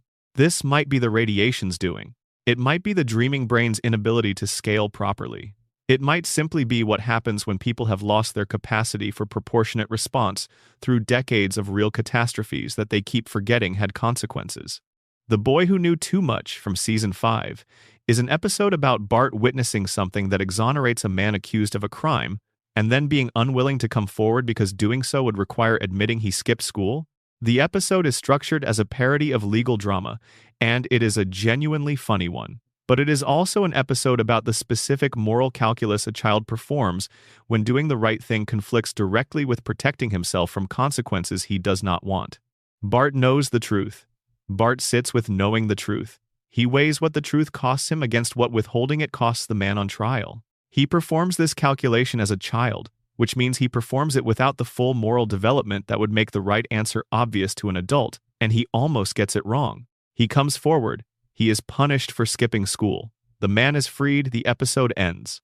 But the middle section, where Bart genuinely does not know what to do and is genuinely weighing his own interests against someone else's freedom, is more honestly performed than most legal thrillers manage with adult characters and higher production values. The Way We Weren't, from Season 15, is a Marge and Homer origin episode that reveals a summer camp romance they had before they knew each other as neighbors, and the complicated way this memory has been stored and understood differently by each of them. Homer remembers it as perfect. Marge remembers it as something that was meaningful and then became painful when Homer failed to recognize her at a subsequent meeting. The episode is about how the same experience lived by two people is never quite the same experience. and how the story each person tells about a shared past can diverge in ways that eventually require reckoning. Homer's story of their origin had a gap in it. Marge filled the gap differently. The full story, when they reconstruct it together, is more complicated than either individual memory. The reconstruction produces warmth rather than damage. The show handles it that way because it must.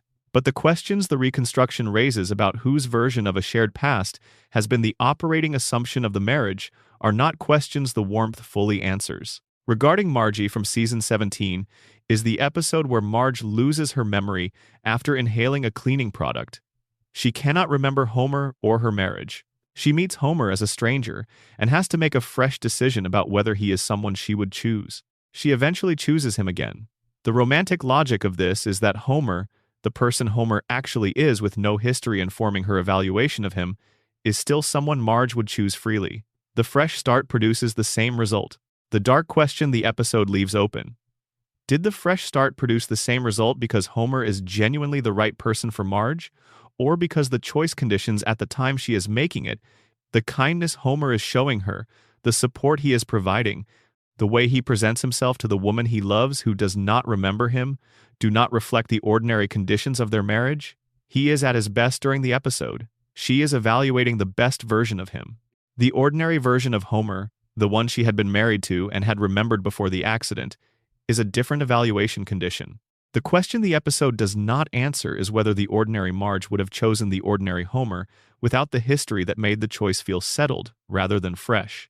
The show does not want you to press on this too hard. It wants the warmth of the reconnection. You should take the warmth. But the question is there for the pressing. Eternal moonshine of the Simpson mind, which we discussed in this section, is also worth examining in relation to what the show has established about Homer's relationship with alcohol. Homer drinks. He drinks consistently, regularly, and in quantities that in any realistic accounting would constitute dependency. The show treats his drinking as character texture rather than as a medical condition. But occasionally the show examines it directly. The episode in which Homer joins a group of neighbors for an alcohol-free month and finds the month genuinely difficult reveals something about how central drinking is to Homer's management of his emotional life.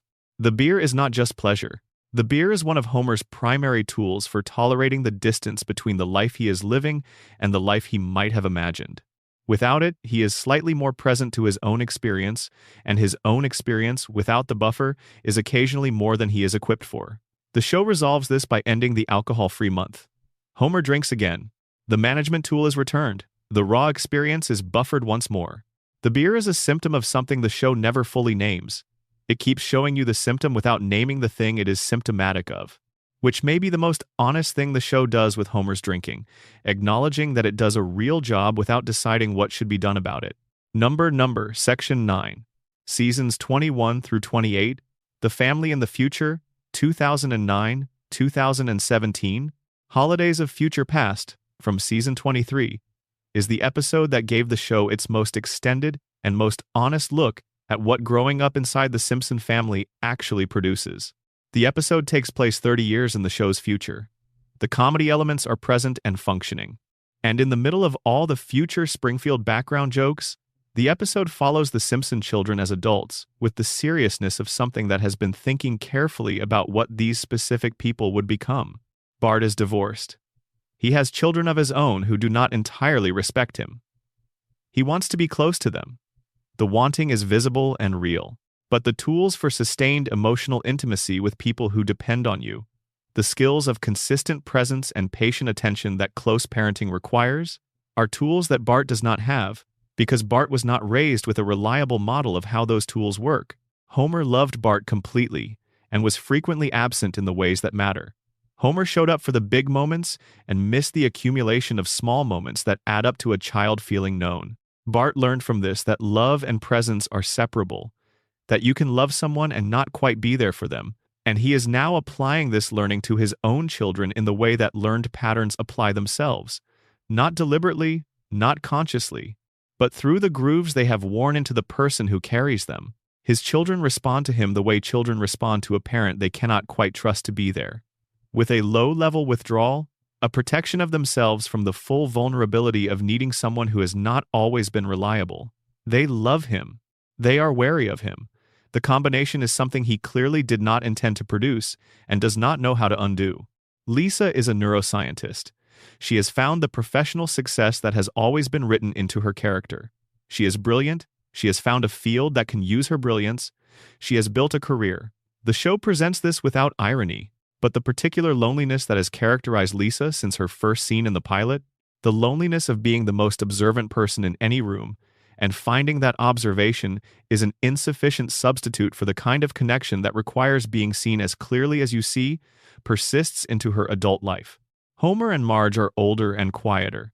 They are still together, which the episode treats as a meaningful achievement rather than a guaranteed outcome, which is the honest position given what the show has documented about their marriage across all the years before this one. They have maintained it. The maintenance required something. The episode does not enumerate what it required, but it treats the result with the warmth that a difficult thing accomplished deserves. The episode's central storyline follows Bart trying to connect with his children, and it ends the way the show's best episodes about family and damage and repair tend to end. Imperfectly, partially, with something real reached across a gap that has not fully closed. He is not too late. The show will not let him be too late. But the episode makes you feel exactly how close too late can get before the gesture finally arrives. The Town, from season 27, is the episode where Homer's relationship with Springfield becomes genuinely resentful. The family visits Boston for a sports-related reason. Homer discovers that he likes Boston. He likes the feeling of being somewhere where nobody knows that he is the man who has caused multiple near disasters at the local nuclear plant, who once shut down the town's power supply for a week and a half, whose reputation precedes him into every room in Springfield. He wants to move. He wants to be somewhere that does not contain the accumulated history of all his failures. He wants to start over in a place where he has not already used up his reputation. The dark question the episode sits with: is there a version of Homer who could have been different if he had lived somewhere else? If he had grown up somewhere that the accumulated history of his failures did not precede him into every room? If the town's memory of him did not constitute a kind of ceiling on what he was allowed to become? The show cannot answer, because answering would require a counterfactual Homer that the actual show cannot contain. Springfield is where Homer is. Springfield is who Homer is. They have shaped each other for so long that separating them is a thought experiment with no practical conclusion. He cannot go. He goes home. Back to the house, the street, the nuclear plant, the boss who cannot remember his name. The Saga of Carl, from season 24, is an episode about Carl Carlson, Homer's co-worker and friend, who uses money from the plant's Christmas fund to travel to Iceland to research his family history. The episode takes Carl's storyline seriously in a way the show rarely does with secondary characters, following him through a history of his family in Iceland that contains genuine darkness. A lineage that was disgraced generations back and whose reputation Carl has been living inside without knowing it. The specific burden of inheriting a story you did not write. The episode ends with Carl being forgiven by his Icelandic community in a way that is emotionally satisfying for the narrative. But the episode spent real time with what it feels like to discover that the story of who you are is not the story you were told, and that the truth of your lineage is more complicated than the version you were given, and that people who have nothing to do with the original wrong are still, generations later, experiencing its consequences. Oh brother, where Bart thou? From season 21, is an episode where Bart desperately wants a brother. He has sisters, he has parents, he has friends. He does not have a brother. The want is specific, and the specificity makes it real. Not just wanting companionship, but wanting the particular companionship of someone who occupies the same position in the family that you do, who understands from the inside what it is like to be the son in this household, who can be a witness to your specific experience in a way that no one else can fully be. Bart temporarily befriends a runaway child who fills this role, and then the child's circumstances resolve and he leaves.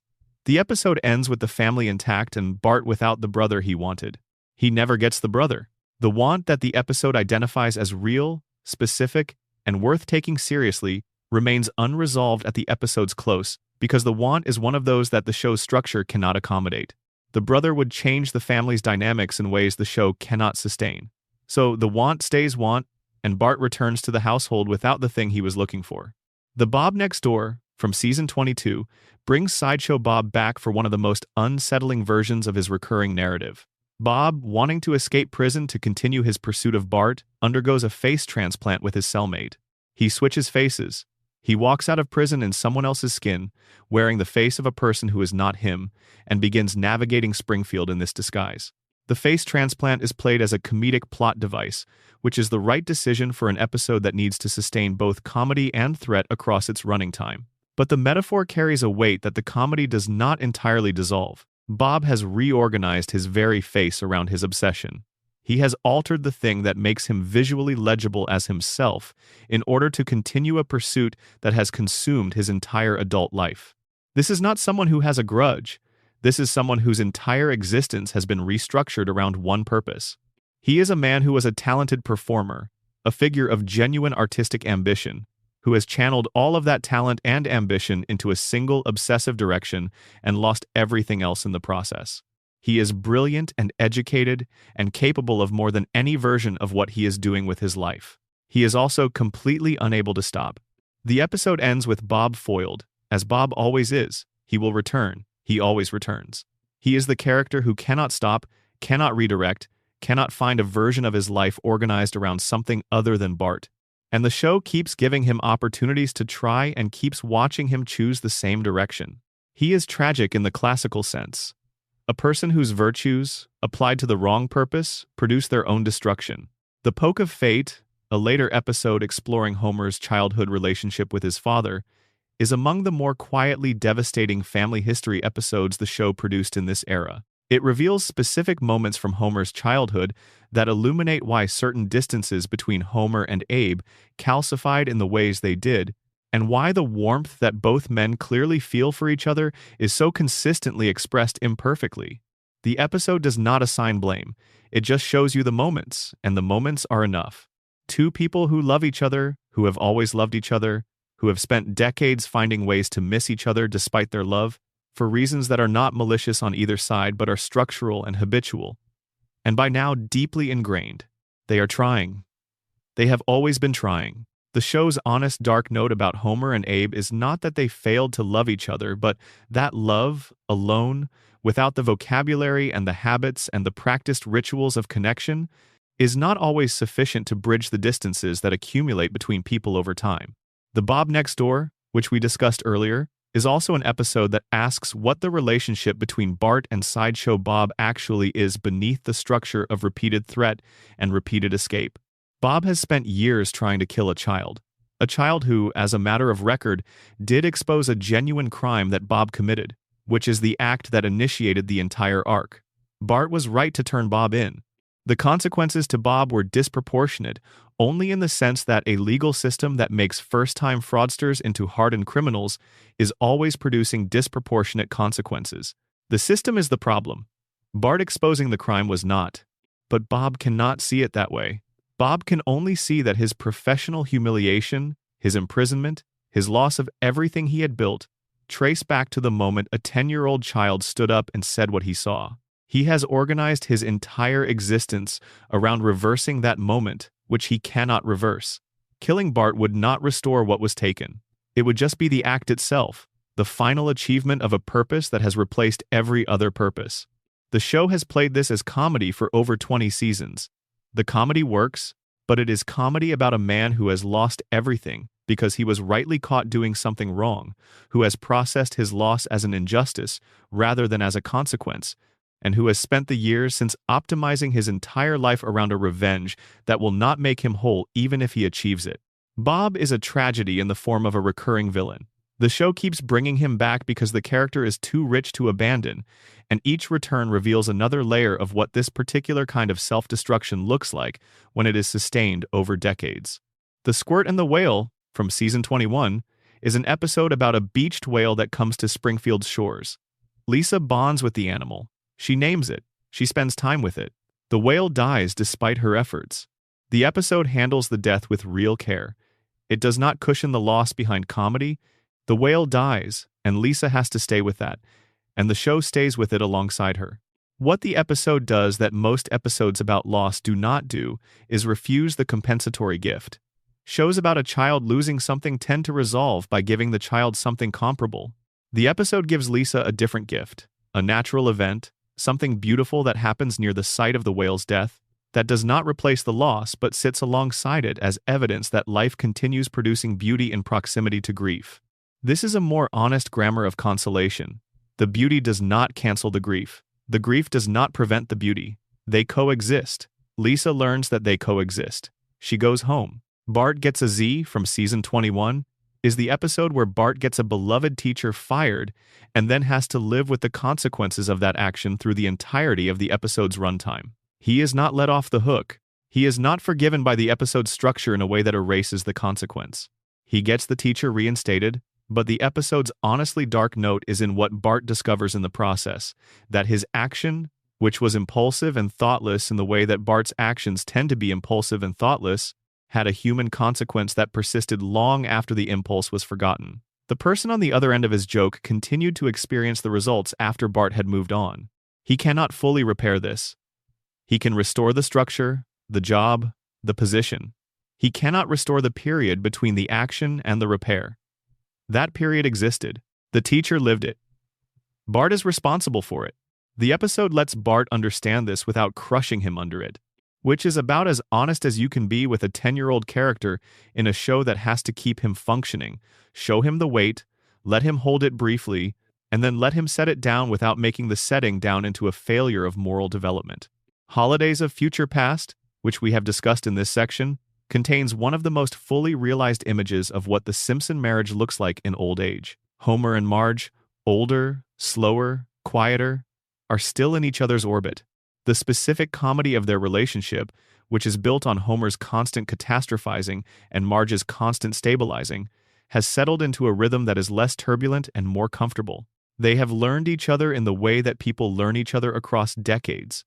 Not completely, not without remaining surprises, but enough to move through daily life without the friction that marked the earlier years.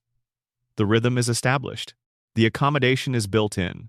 The episode implies that this is enough, more than enough, that the specific warmth of a long marriage that has survived its own turbulence has a quality that newer things cannot replicate, a quality that comes from duration and from endurance and from the accumulation of mornings spent in the same kitchen.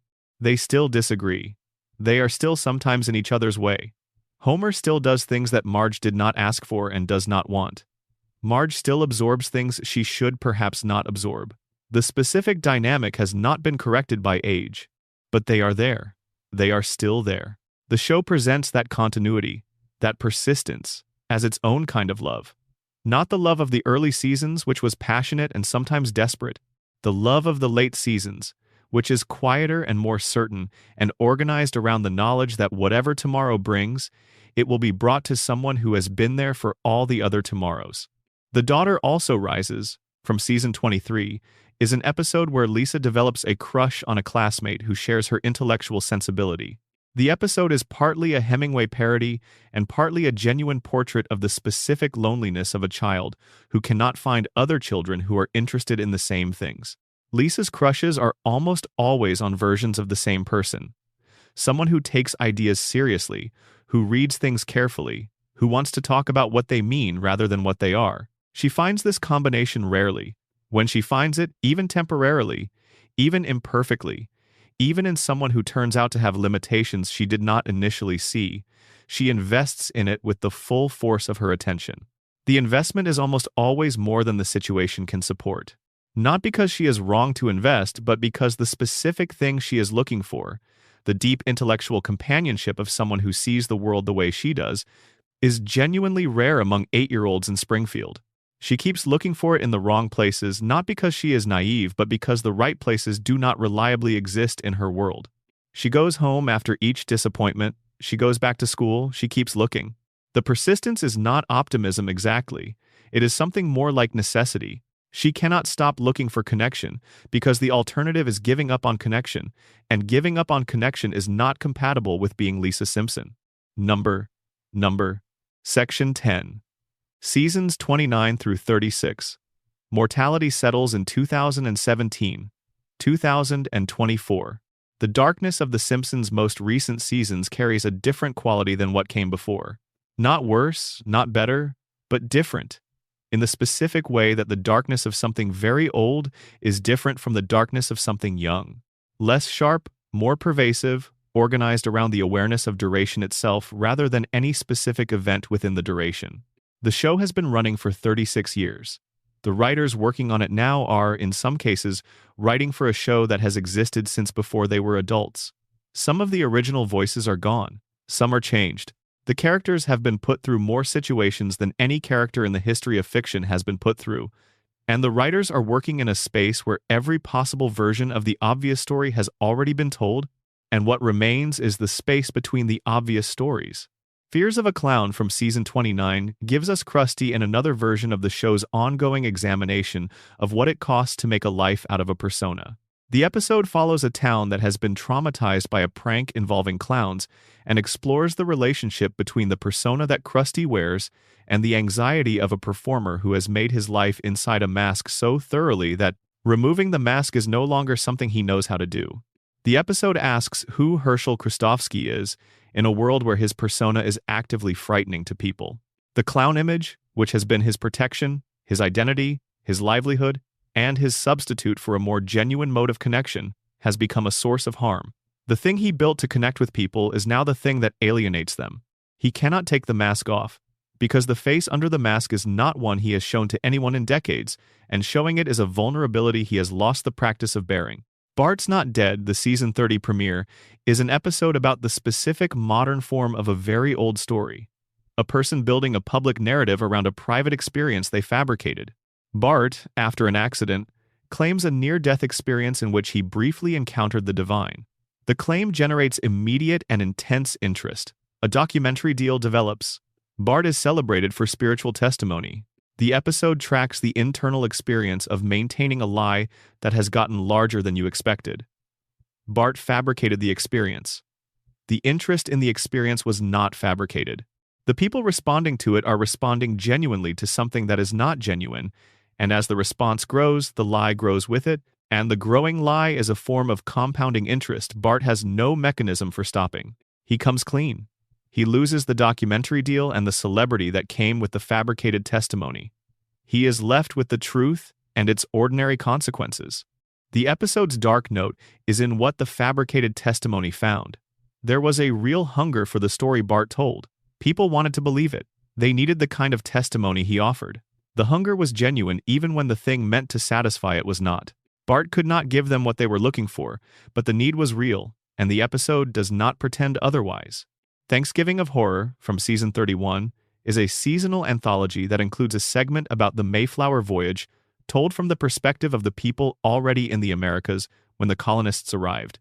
The show uses its cartoon distance to tell a version of this story that the holiday has consistently obscured, and it does so not with polemical energy but with the affectionate dark comedy that is the show's most natural register. The segment is funny, and its accuracy is part of the humor.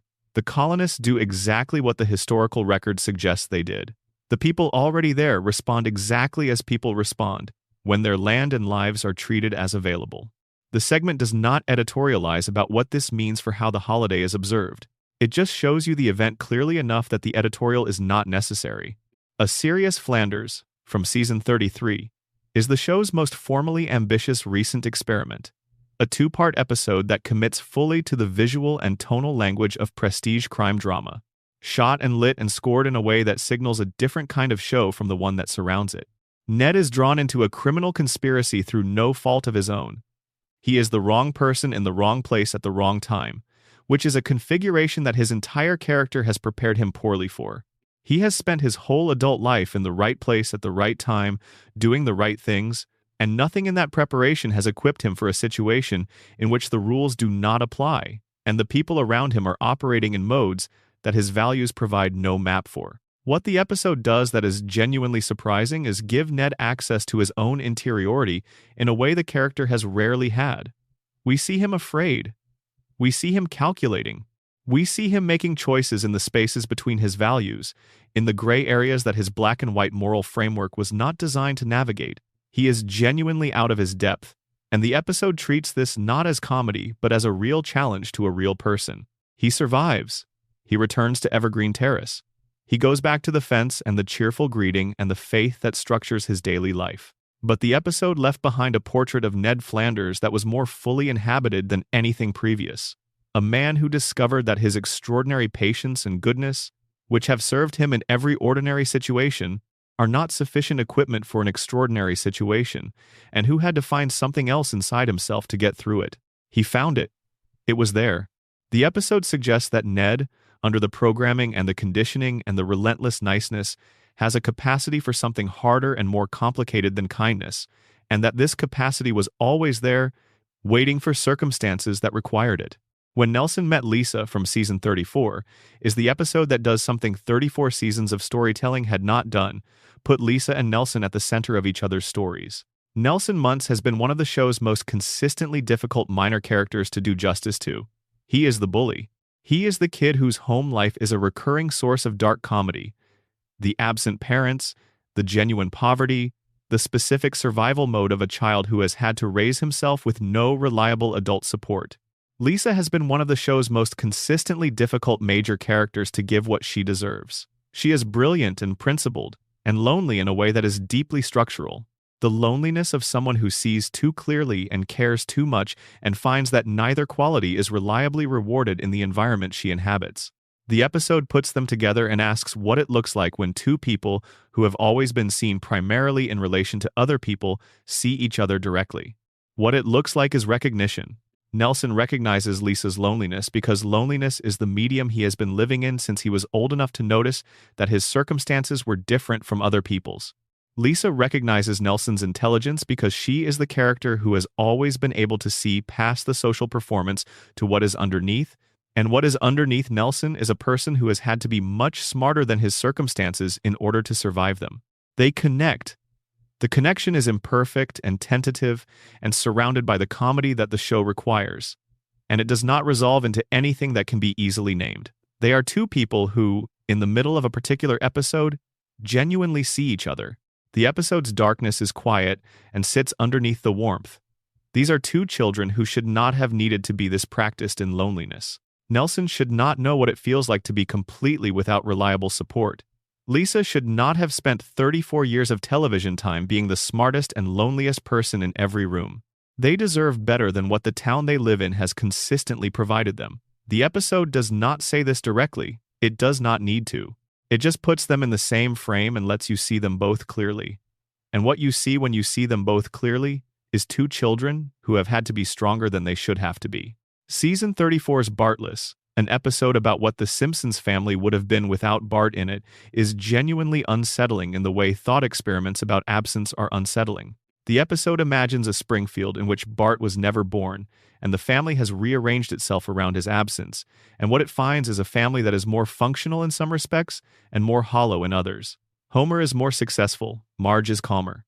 Lisa has more of her parents' attention. But something is missing that none of them can name, because you cannot name the absence of someone you never had. The shape of their lives is different without him, and the different shape is not worse exactly, but it is less. Less chaotic, less warm, less alive in the specific way that chaos can be alive when it comes from someone who loves you and cannot stop himself. Bart's absence from a world that never had him is an absence the show treats with genuine care, and the episode ends with the kind of restoration that these speculative episodes require, but the middle section, where the Simpsons family is intact and functional and missing something essential that it cannot identify, is one of the more honest things the show has done about what Bart Simpson actually is to the family, that he simultaneously exhausts and animates. The final seasons of The Simpsons carry their darkness in a particular way that belongs to very old things, diffused, pervasive, inseparable from the fabric of the whole. The darkness is not located in any particular episode or any particular character anymore. It is in the fact of 36 years and nearly 800 episodes and a family that has not aged a single day, and will not age a single day for as long as the show continues.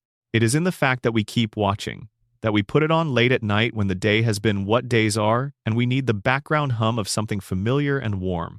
That the yellow faces and the four-fingered hands and the town that cannot remember its own disasters have become part of the texture of whatever being a person in the era when this show was running feels like. Springfield is a contamination zone built on a dream that someone is still dreaming. It is a town that votes to sustain its lies. It is a family that loves each other incompletely and refuses to stop. It is an animation style that was designed to look simple and turned out to be capable of containing things that are not simple at all. The darkness in The Simpsons was never the point. It was always the ground the warmth grew from. The reason the warmth matters. The reason Homer and Lisa's moments land. The reason Ned Flanders' grief stays with you. The reason Bart's face occasionally does something the animation was never technically supposed to be capable of. All of that is only possible because the show established the darkness first and maintained it honestly for 36 years without fully resolving any of it. A family where the father works for the man who drove away his mother and cannot make the connection between those two facts. A mother whose patience is performed in some proportion nobody has ever been comfortable measuring.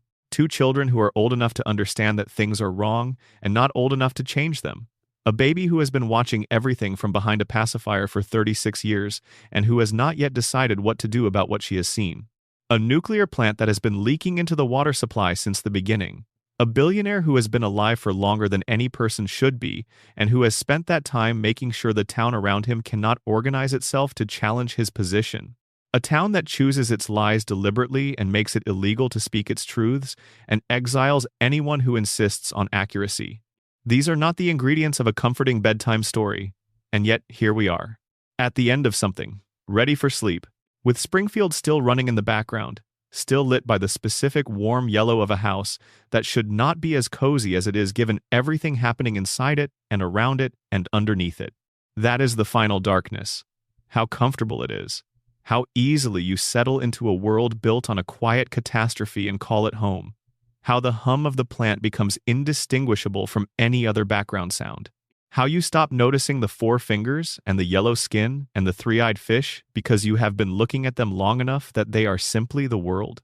And perhaps that normalization, that gradual acceptance of what should prompt more questions, is the show's deepest subject across its entire run. Not any particular character's grief, not any specific episode's darkness, but the general human capacity for adaptation. The willingness to settle, the habit of arranging your things in a contaminated space and calling it home, because home is wherever the people you love fall asleep near you, regardless of what else the address contains. So let sleep come now. Let Springfield run. Let Homer stumble through whatever this episode's particular catastrophe turned out to be. Let Lisa play her saxophone somewhere in the background of your dreams. Let Maggie watch from behind her pacifier, patient as she has always been patient, waiting for the moment she decides to speak. Let the darkness be what it has always been in this show. Not a threat, but a texture. Not something to be afraid of, but something that makes the warmth beside it visible. Real, worth holding.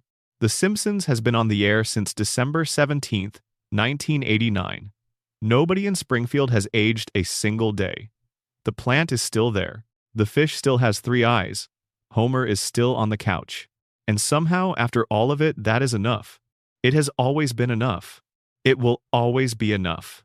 Treehouse of Horror XXX from Season 31 contains a segment that is darker than most of the anthology's horror content precisely because it is not playing at horror. It is depicting something recognizable. The segment follows Springfield residents consumed by their phones in a way that erases everything else. Relationships, physical location, the experience of being in a body in a place with other bodies. The horror is recognition horror. You have seen this. You have done some version of this. The segment is making you laugh at something you do regularly, and the laugh is the sound of recognition that is slightly uncomfortable. The Simpsons has always used comedy to make uncomfortable recognitions bearable. The phone segment is the show doing what the show has always done, locating the contemporary version of the thing it has always been saying. We are adapting to systems that do not serve us, and the adaptation is happening fast enough that we cannot fully see what we are adapting away from until it is mostly gone. Season 32's three-episode arc structured around The Simpsons experiencing a pandemic, which aired after the real pandemic had begun, and which the show had to handle carefully given its audience was living through the subject, is the show in its most current mode, acknowledging something real and trying to find the warmth inside the real thing, without diminishing the weight of it. The family is isolated together in the house. This is their ordinary setting, pushed to an extreme. What the isolation reveals is what the house contains when there is nowhere else to go.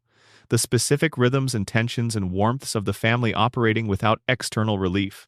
Homer and Marge together in the house all day, every day, which is not their ordinary configuration. The ordinary configuration has Homer at the plant and Marge at home, and the separation gives both of them space that the pandemic eliminates. They have to navigate each other at close range for the full duration of the day, and the navigation is sometimes lovely and sometimes difficult, in the way that anything you love becomes difficult at a certain intensity of proximity. The children home from school, which removes their primary external structure and puts them in the house with the family for the full day, which is a condition none of them has the tools to manage gracefully. They need school, not just for the education but for the daily contact with a world beyond the household, the daily practice of being a person among people they did not choose to be with, which is the primary work of childhood and which the house cannot fully substitute for. The episodes handle all of this with genuine care and genuine comedy, and the darkness that remains after the comedy is handled is the darkness of the situation itself. A world that had temporarily paused, and a family that had to find out what they were to each other when the pause removed every distraction. A Serious Flanders Part 2, which we discussed in this section, ends with Ned returning to Springfield and to his ordinary life. But the episode also contains a scene that belongs to the longer arc of what the show has done with Ned across 33 seasons. Ned praying, alone, in his kitchen, in the hours before morning. He prays with the specific regularity of someone for whom prayer is not an occasional resort, but a daily discipline, a scheduled check-in with the source of meaning he has organized his life around. He is quiet. He is careful with the words. He is, in the image of him kneeling in the kitchen in the dark before the world wakes up, entirely alone with his faith, in a way that the episode treats with more reverence than any previous Simpsons episode about Ned's religious practice. God, in the Simpsons universe, exists. The show has confirmed this across multiple episodes. God has spoken to Homer. God has appeared to Homer. God has weighed in on Homer's situations with an accessibility that suggests the divine is not categorically distant from Springfield. And Ned prays every morning in the dark kitchen, alone, and the show does not show us God answering, it shows us Ned praying. It is not clear from the image whether the prayer is heard. It is not clear whether it matters whether the prayer is heard, because Ned prays regardless. The discipline of praying into possible silence, the maintenance of a practice of connection with something larger than yourself in the absence of confirmation that the connection is functioning, is one of the show's most quietly profound images of what faith actually requires, rather than what it promises. Ned Flanders kneeling in his kitchen at 4 a.m. is the show's most honest portrait of religious life, which is not a life of miracles and divine conversations but a life of showing up to the practice day after day, regardless of what the practice returns. When Nelson Met Lisa, which we discussed earlier, also belongs to this final period's pattern of the show doing something new with characters who have been fixed in their roles for decades. Nelson has been the bully, the boy from the broken home, the character whose darkness is always played against the comedy of his circumstances. Lisa has been the conscience, the isolated intellectual, the girl whose gifts isolate her. Putting them together and asking what each of them sees in the other is the show recognizing that 34 seasons of characterization has built enough depth in both of them to sustain an episode that is genuinely about who they are rather than who they represent. Nelson sees Lisa's loneliness because he has spent his whole childhood lonely. He does not need her to explain it. He recognizes the specific kind of loneliness that comes from being more aware of things than the people around you, from seeing more clearly, and finding that the clarity does not produce connection but prevents it. He is lonely for different reasons, through different circumstances, but the loneliness itself is recognizable. Lisa sees Nelson's intelligence because she is the character who has always been capable of seeing past the surface of Springfield's residents to what is underneath. She saw Sideshow Bob's genuine theatrical talent. She saw Homer's genuine love under his genuine limitations. She can see what Nelson's circumstances have prevented him from developing in the standard ways, and what those same circumstances have required him to develop in non-standard ones.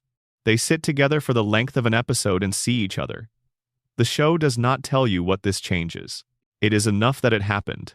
The final season, Season 36, which concluded in 2025, contains the episode A Father's Watch, which is the show's most direct examination of what Homer's relationship with his children looks like in the 4th decade of the series.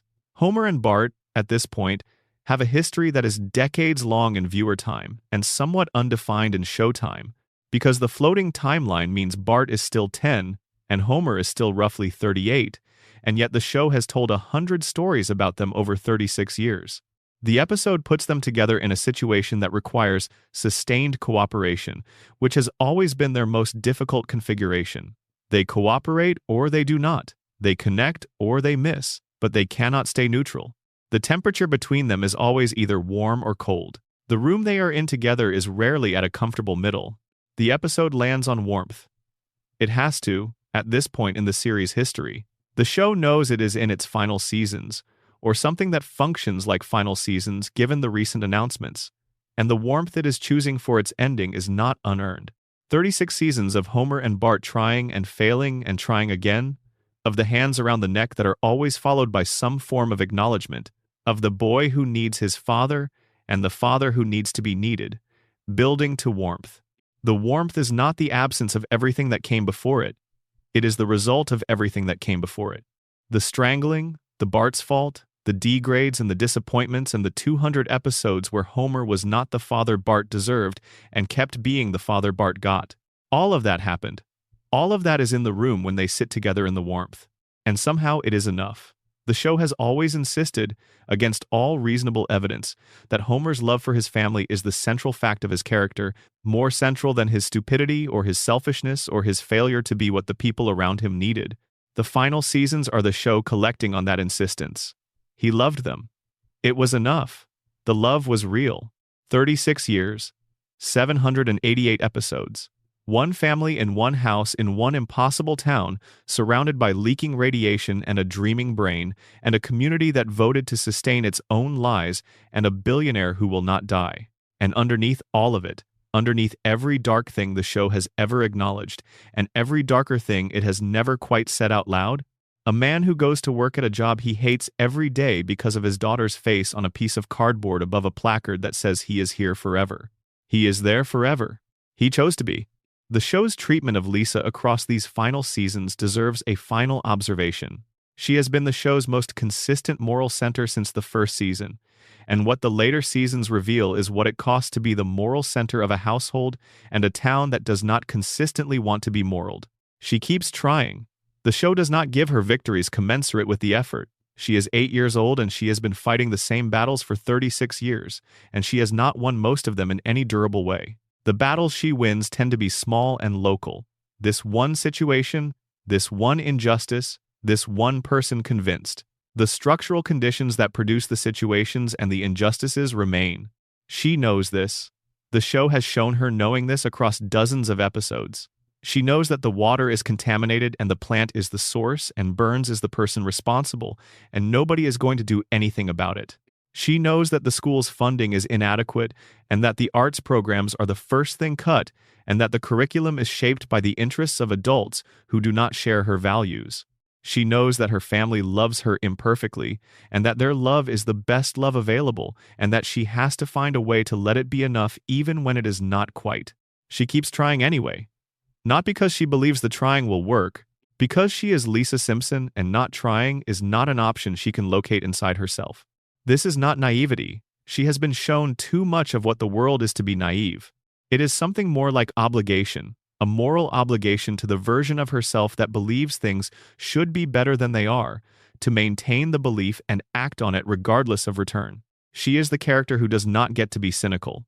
Not because the show is protecting her from cynicism, but because cynicism would require her to become someone other than herself, and she is not able to do that. Lisa Simpson is 8 years old, and she has been 8 years old for 36 years, and she is still looking out the window of the house on Evergreen Terrace at the town below, seeing what the town is, and trying to think of what can be done.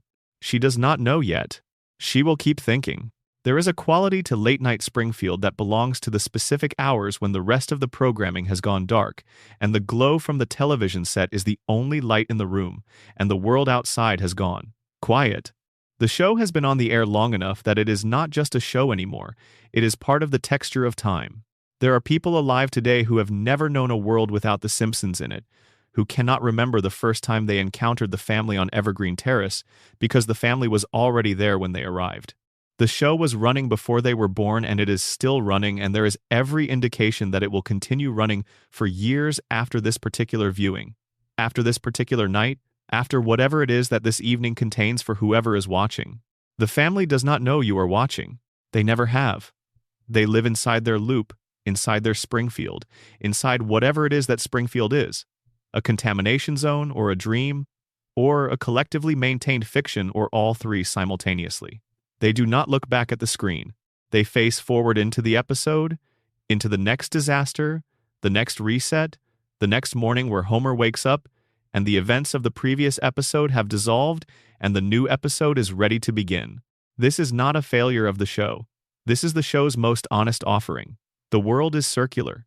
The things you survive, you survive. The morning comes anyway. The couch is still there. The family is still on it. The opening credits play. There is something that the show has been doing for 36 years that does not have a name in any critical vocabulary that has been developed to discuss what television does when it is working at its best. It is not comfort exactly, because comfort implies the absence of difficulty, and the show is full of difficulty. It is not escape, because the show is full of recognizable reality. It is not catharsis, because the problems do not resolve in ways that leave you clean. It is closer to company. The specific company of people who are in the same situation you are in, more or less, in the general sense that they are alive and making choices with imperfect information, and loving people who are difficult to love, and trying to get through the week, and sometimes managing it and sometimes not, and doing all of this without any guarantee that the effort will be sufficient or recognized. That company is what the show has been offering since December 17th, 1989. The company of the Simpsons in their house in Springfield, in the town that cannot be found on any map. So let the screen do what it has always done. Let the light fill the room. Let the voices carry. Let Homer be Homer in the way that Homer always is, enormous and indestructible and frightened and loving, crashing through whatever the episode has prepared for him and finding his way home by the end. Because that is the deal. That has always been the deal. And the deal is still good. You are somewhere. It is some time. The night has whatever quality this particular night has. And somewhere, in the amber light of a television in a room you cannot locate on any map, a family is sitting on a couch together. They are always sitting on the couch together. That is enough. That has always been enough. Sleep well. The pattern of the show across 36 seasons is the pattern of ordinary life as experienced from the inside. Not a dramatic arc with a clear trajectory, but a series of mornings, each one roughly similar to the last, each one containing its own small emergencies and its own small warmths, accumulating into something that does not have a name, but that the people living inside it call their life. Homer has had a life. It was not the life he would have designed if he had been given the option of design. It was the life that the combination of his circumstances and his choices, and the choices of the people around him, produced. It contained more love than he expected, and more difficulty than he was equipped for, and more moments of genuine happiness than the difficulty suggested should have been possible. He lived inside it. He is still living inside it. He will be living inside it for as long as the loop continues, which is for as long as the show continues, which is for as long as there are people who want to return to the house on Evergreen Terrace after a long day and sit down on the couch and be with the family that has been there since before most of them were born. The loop is theirs. The loop is also ours. We built it together. We have been building it for 36 years, and it is still standing, still running, still lit from within by whatever makes a cartoon family feel like family. Let it run. Springfield will be here when you wake up. It is always here. That is the whole point. Good night.